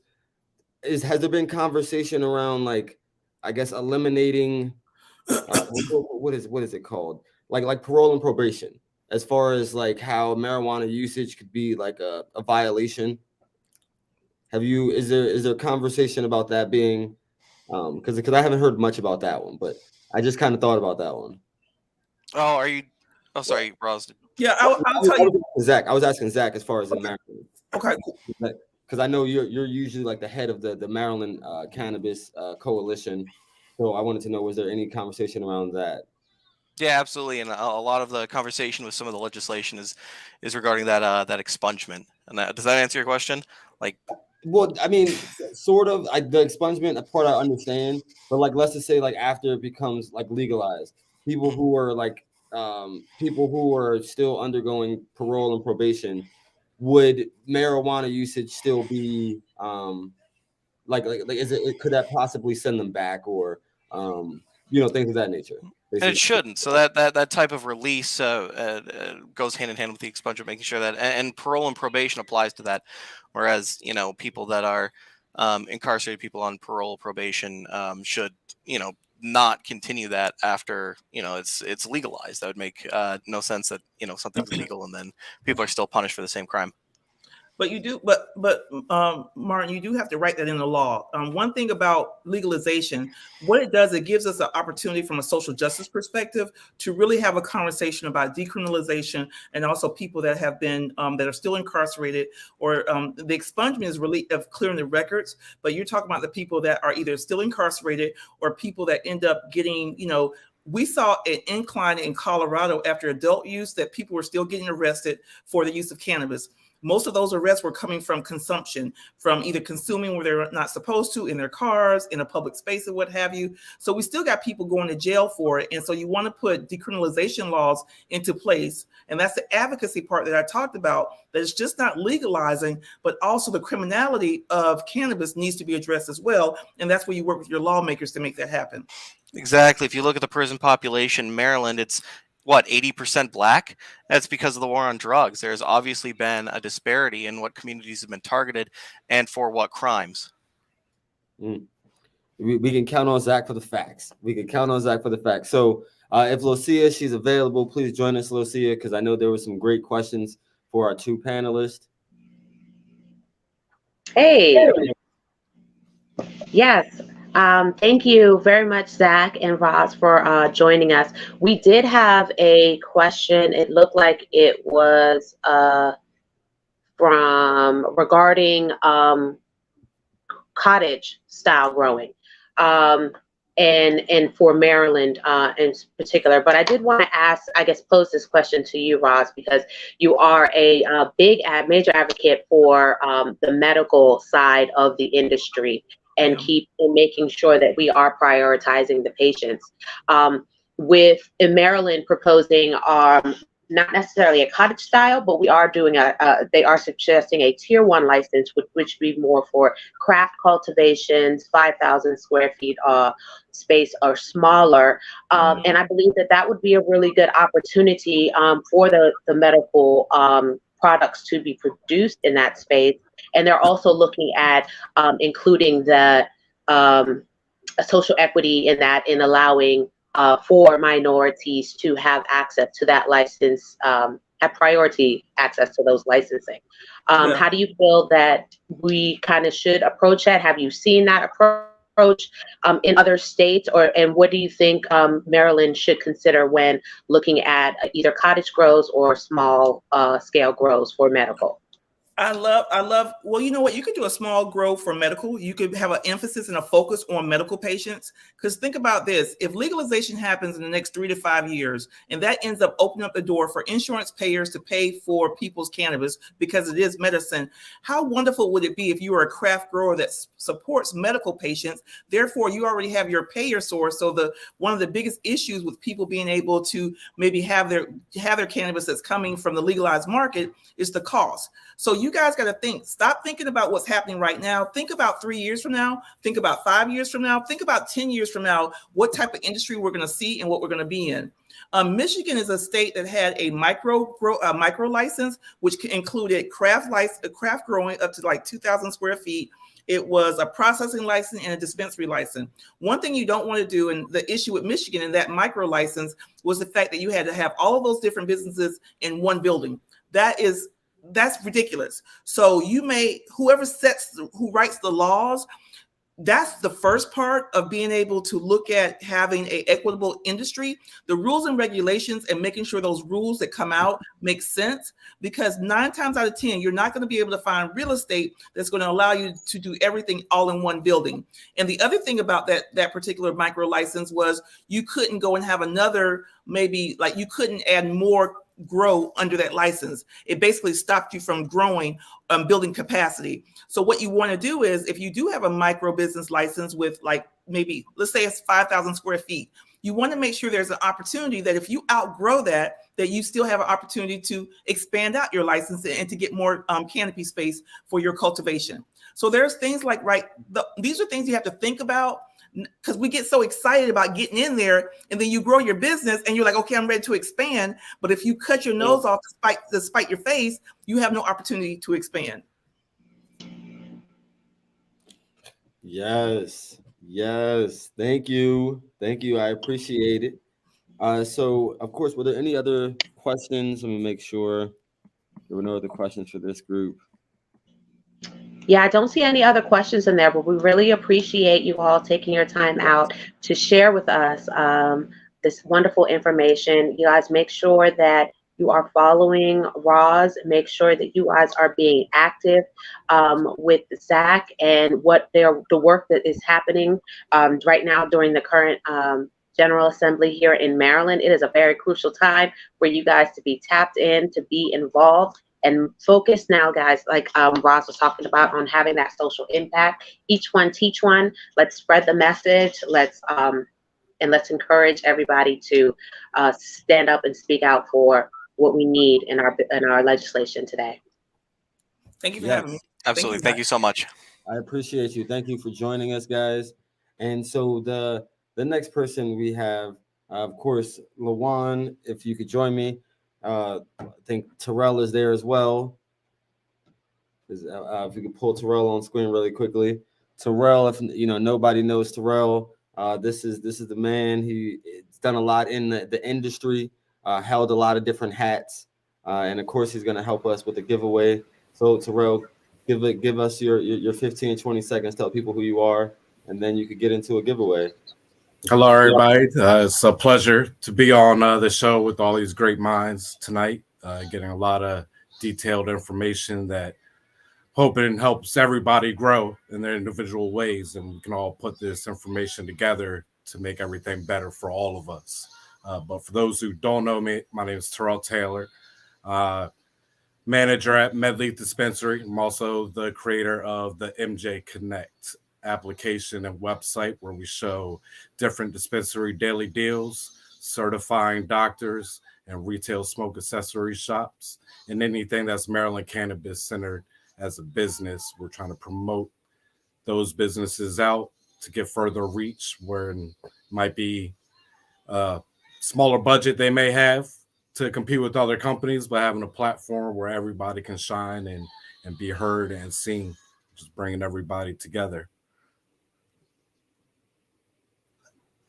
Okay, awesome. So are you ready for the giveaway with the trivia question? I'm ready. Okay. We'll pose the question to the people then. My question would be, if Maryland was to become legal with adult recreation, which state would we be as far as how many there are in the United States that have adult recreational use? That's a great question. That is a great question. Thank you. Thank you. Adult recreational. Okay. And what is the prize? Do you know the prize? Oh, we might have a winner. Oh, Yep. That's it. That's it. Awesome. So I appreciate you. Thank you. Thank you. Thank you very much for joining us. And of course, Mr. Holloman, make sure to either send MD Norml an email or make sure to hit them up on Facebook Messenger to get your giveaway. Thank you, Terrell. Thank you. Okay, so the next person we have coming up, this has been a long program. We only have 2 people left. 2 phenomenal women. One person, Courtney. Courtney, she is from DC, Maryland Matters DC. Of course, if anybody knows her, she's a part of this DMV ecosystem we have here. Thanks for joining us, Courtney. Thanks for having me. Yes, of course. So you've been a part of this conversation, around legalization, and I think that your organization does a great job on bringing community together. Somewhat similar as far as Keisha, she's very much community oriented. But of course, tell us about you, your organization, and what you think the future of Maryland cannabis is, and how your organization can help that. Yeah, absolutely. Thanks so much to Maryland Norml and PG Young Democrats for having me. I believe this is the second year that I've had to go behind Zach, which is so unfair because he comes with the stats, and I always feel like I learn so much. And I know we're running a little bit behind, so I'll keep my comments brief. But as Councilman said, my name is Courtney Davis, and I serve as the Executive Director for Marijuana Matters. We're a social enterprise that works to make sure that social equity is at the cornerstone of the legalized industry. And in doing so, we hope to address what we see as one of the biggest challenges to the industry, which is righting the wrongs from the failed war on drugs policies.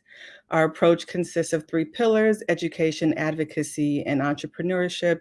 And through some programming that we have, this is the way that we support the industry and support those who have been disproportionately harmed by the war on drugs.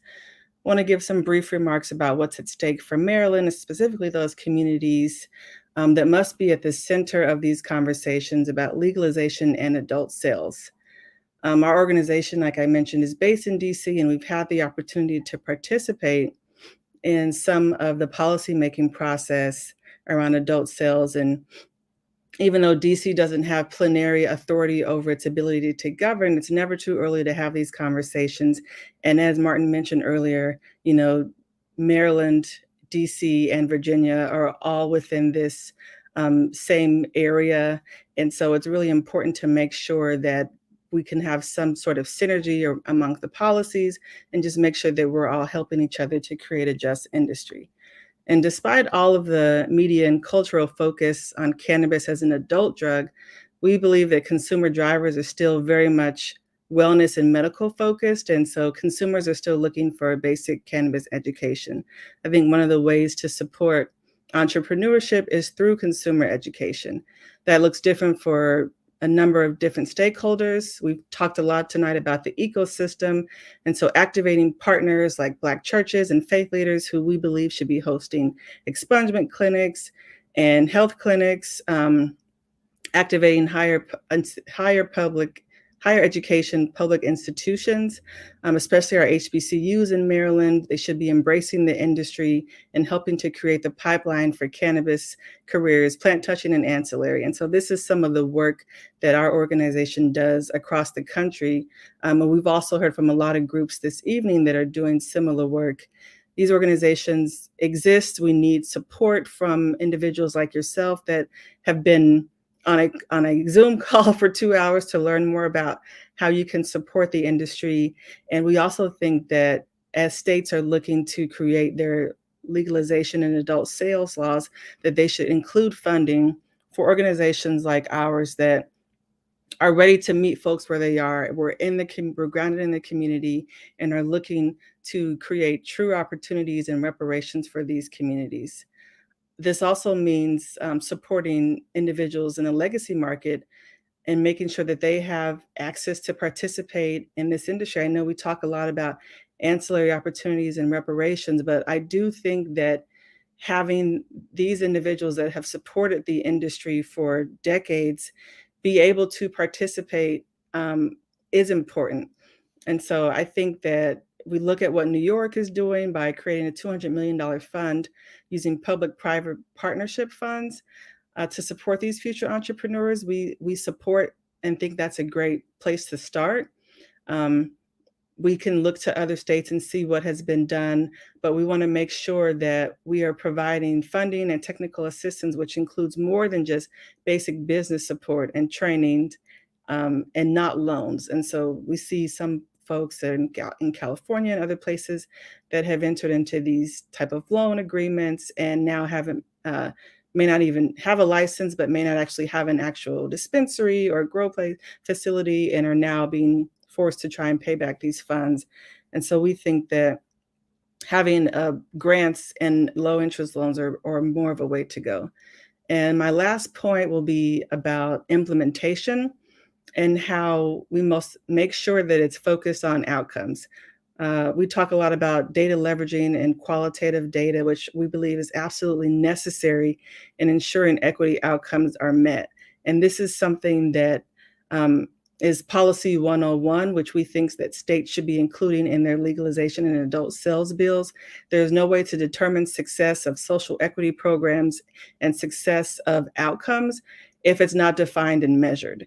And so I want to make sure that folks understand that and hope that following this town hall, that people feel emboldened to establish and deepen relationships with members of state legislatures from both sides of the aisle and their staffers. I'm a former staffer, and so I know firsthand how important it is to know the folks that are also helping to write these laws, because the members are the elected officials, but their staff are equally as important.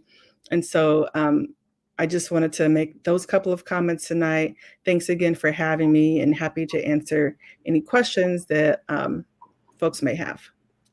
Yes, thanks, Courtney, of course, for joining us. If anybody has questions, definitely get your questions going. And I wanted to, of course, segue to another giveaway. So this is our final giveaway, and I'm very excited about this. But with that being said, I also wanted to let I think it was Mr. Holloman know he won a canna. I forget what the name of the tray is. Lucia, if you can help me out, it's a canna something rolling tray. So it's a very nice rolling tray, but I just don't know how to pronounce the name. It's called Canneration. Canneration is a homegrown creation designed to help spark the conversation around homegrown legalization. So they use real leaves in all their designs, again, to help spark the conversation, because homegrown is something that is extremely important to include in all your legislation and make sure that it also stays intact after it is an active part of your cannabis ecosystem. So congratulations to you. Make sure that you sending your information to Maryland Norml in our DMs so that we can make sure you get your gift. Yes, thank you. I appreciate it. And I wanted to pull Terrell Tyler on, if Terrell's still in the studio to do our last. Yeah, I got him out of nowhere. He's helping. Yeah, Canada, we love to see it, right? We love to see it. There. Terrell, so we got our last giveaway. All right. For that question is, what year did Prop 71 pass in California? Oh, I think that was backwards. I think it's Proposition 205 was California. Initiative 71 for Washington, D.C. Yeah, that's DC. That is right. That is right. All right. Well, while we're getting that question answered, that trivia question answered, somebody did drop a question in the chat, but I'll change it around a little bit to kind of make it relevant for you, Courtney, because being in Washington, D.C., which has probably some of the best grow laws in the nation, being that you can cultivate up to 12 plants in your home without having to register for any type of list or program. How do you feel that has impacted the market in Washington, D.C., and or how important is it for Maryland to include home grow in our legislation, being that, you know, our neighbor has that free will and access and we don't? Yeah, it's definitely going to create some challenges. And I think as policy makers, you have a responsibility to create policies that are clear and concise and don't create any burden for industry folks. And also, you know, with this being an industry that has been over criminalized, we don't want to create any policies that are going to continue to criminalize folks. I live in Southeast.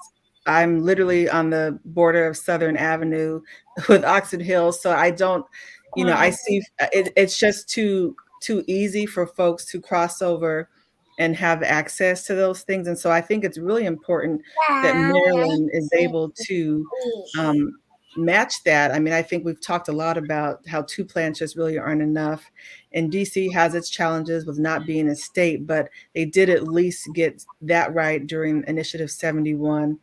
And it's definitely something that I know of a lot of folks that have been able to take care of themselves. I mean, we also, one of the things I didn't talk about was kind of like the gifting legacy here and how some folks that previously had medical cards, you know, can't even really afford to go to the dispensaries anymore because they're going to the I-71 dispensaries. And I think that if we would allow folks to, you know, be able to just kind of take care of themselves, that would probably alleviate some of those challenges that people are experiencing, but not even knowing if they're visiting a legal or licensed dispensary. And just continue consumer education. As I talked about earlier, I think it's really important for people to understand more about this plant and how it's medicine, and what better way than to be able to grow it in your own home. I mean, there's like a huge plant phenomenon going on right now. People are growing all kinds of things at home. So why not cannabis? Yes. And how does the work, I guess, in DC impact Maryland? Or how can it impact Maryland? Well, we're based here in DC, but we work in a lot of different states. And so the programming that we have by providing education, I mean, we are in Virginia, we're in Maryland. You know, I have a relationship with Martin and folks from Uplift that have been keeping me abreast of things that are happening in Maryland. We provide trainings on you know, how to testify, advocacy 101 trainings. We have a number of blog posts on our website and also a podcast where we just talk about a lot of issues that are not super specific to a state, but can be interchangeable. You know, this is a lot of general information. And so I think that the more that this education is prevalent on social media, you know, we're moving to in-person events, I think that people will be more comfortable in asking those questions and seeking out that information. And so that, I would say that's one of the major ways that the work that we're doing can impact Maryland. Thank you very much. And Darrell, of course, it was confusing, so I just wanted to clarify the question. That's okay. Yes, what year did Prop 215 pass in California?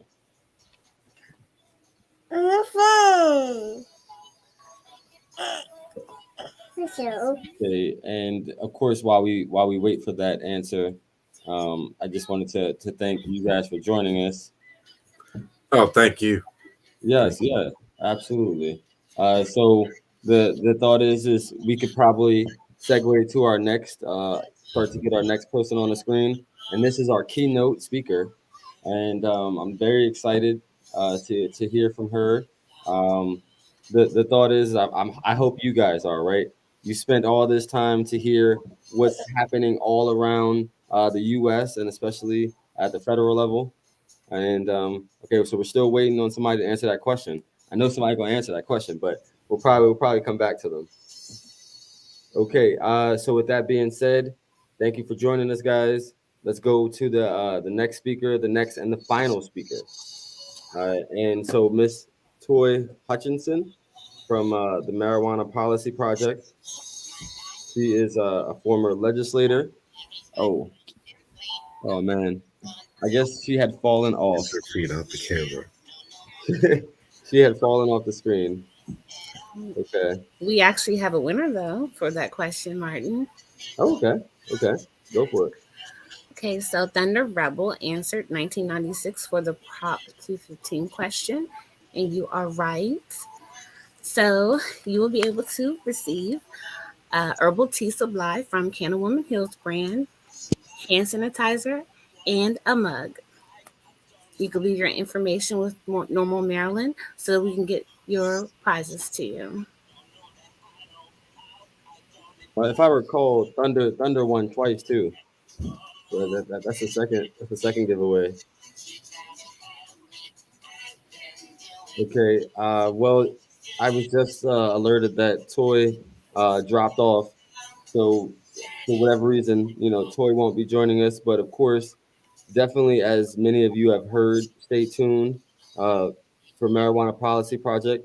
They do a lot of great work, especially at the federal level, and several different states. Just like MD Norml here in Maryland, and so I just wanted to make sure to bring up all the hosts of the show to, of course, thank them for hosting this town hall and helping me out. Yes, Lucia, thank you. And Lucia, one of the things I wanted to remind people on the way out was, of course, one of the things you said earlier for people was about the bill hearings coming up. Yes, Maryland Norml wants you guys. We have an action alert that's actually going out. And if you all have not joined our mailing list, you all are definitely missing out on the latest updates on what's going on within the cannabis space here in Maryland, because the Maryland General Assembly is in session. They are writing bills, they're passing bills, they are rejecting bills, but the best thing for them to be able to make the best way for them to be able to help make these decisions is by having your input. So our latest action that we have out is regarding a hearing that's happening on the 3rd of March. That is a couple of days away. And in order for your guys' voices to be heard, you need to make sure that you are registered to go ahead and testify and or to submit your written testimony. And all the people that have spoke today have really touched on a lot of things that are important that we should be considering when there's a bill that is introduced and how it's going to impact not only us, but our communities. So make sure you guys hit up our link tree on Maryland Norml's social media pages. That's either on Facebook or Instagram. Register for our email list so you guys don't miss out. We have Luke Jones, who is an amazing legislative director who's on top of things, and he's the one who's making sure that these actions get sent out to you. But all you got to do is click 2 clicks, and you guys have done your part. So make sure you guys are registered on our email list again. That's from Maryland Norml on our Facebook and our Instagram. Stay in touch with us. We are going to be putting out a lot of information as these coming weeks are approaching. But the latest hearing that you guys need to be aware of and need to be participating in is happening on March 3rd, and that's at around 1 p.m. And make sure that you all are registered so you guys can get the information and tune in. That was so wonderful, Lucia. And can I just add and reiterate what Ross stressed as far as making sure you're tapped into your local governments and where you live in your community, because those matter so much more than just focusing on the state level. So just please just pay attention to who is in your home ownership community, who's in your Board of Education community, who is on your city council, who you vote for your sheriff, because all those things matter for where you live in your communities. And as we approach elections that are coming up, we also made to make sure that we are electing people that really want hold our values to the light, and really make sure that they're helping to create better communities for us, such as our wonderful co-host, Councilman Martin Mitchell. Thank you so much for being one of those fearless leaders who's stepping out there and wanting to really talk about cannabis and how it impacts our community and why people should be getting involved. Of course, thank you. You know, I will always advocate, of course, advocating long before I was elected. So thank you. And of course, I know you guys gave out the social media handles. So check out PGCYD, Facebook, Instagram, Twitter. You know, we're doing a lot of great things, Prince George's County Young Democrats. And, you know, I'm glad to not only partner with Norml on his town hall, but support legislative efforts. You know, the Young Dems, we've been active legislatively. And of course, cannabis legalization and reform is, you know, at the very, very top of our list. So thank you guys for joining us. And of course, see you next time. Don't forget to sign up to testify, write your legislator. Of course, like LaJuan said, mdelect.net is how you look up your local representatives. So get to know them if you don't know them. And then, you know, pay attention to the elections. Ask that next person who knocks on your door, are they pro-cannabis? And, you know, what is their position on this? You know, ask them when you have the opportunity. I appreciate it. Thank you, Mary and Maine, so much. Thank you, all of the participants. We had a lot of great speakers from all over the world. And of course, thank you for everybody who contributed giveaways for all of our lovely people staying engaged. And of course, continue to do the work. Thank you, guys. Appreciate it.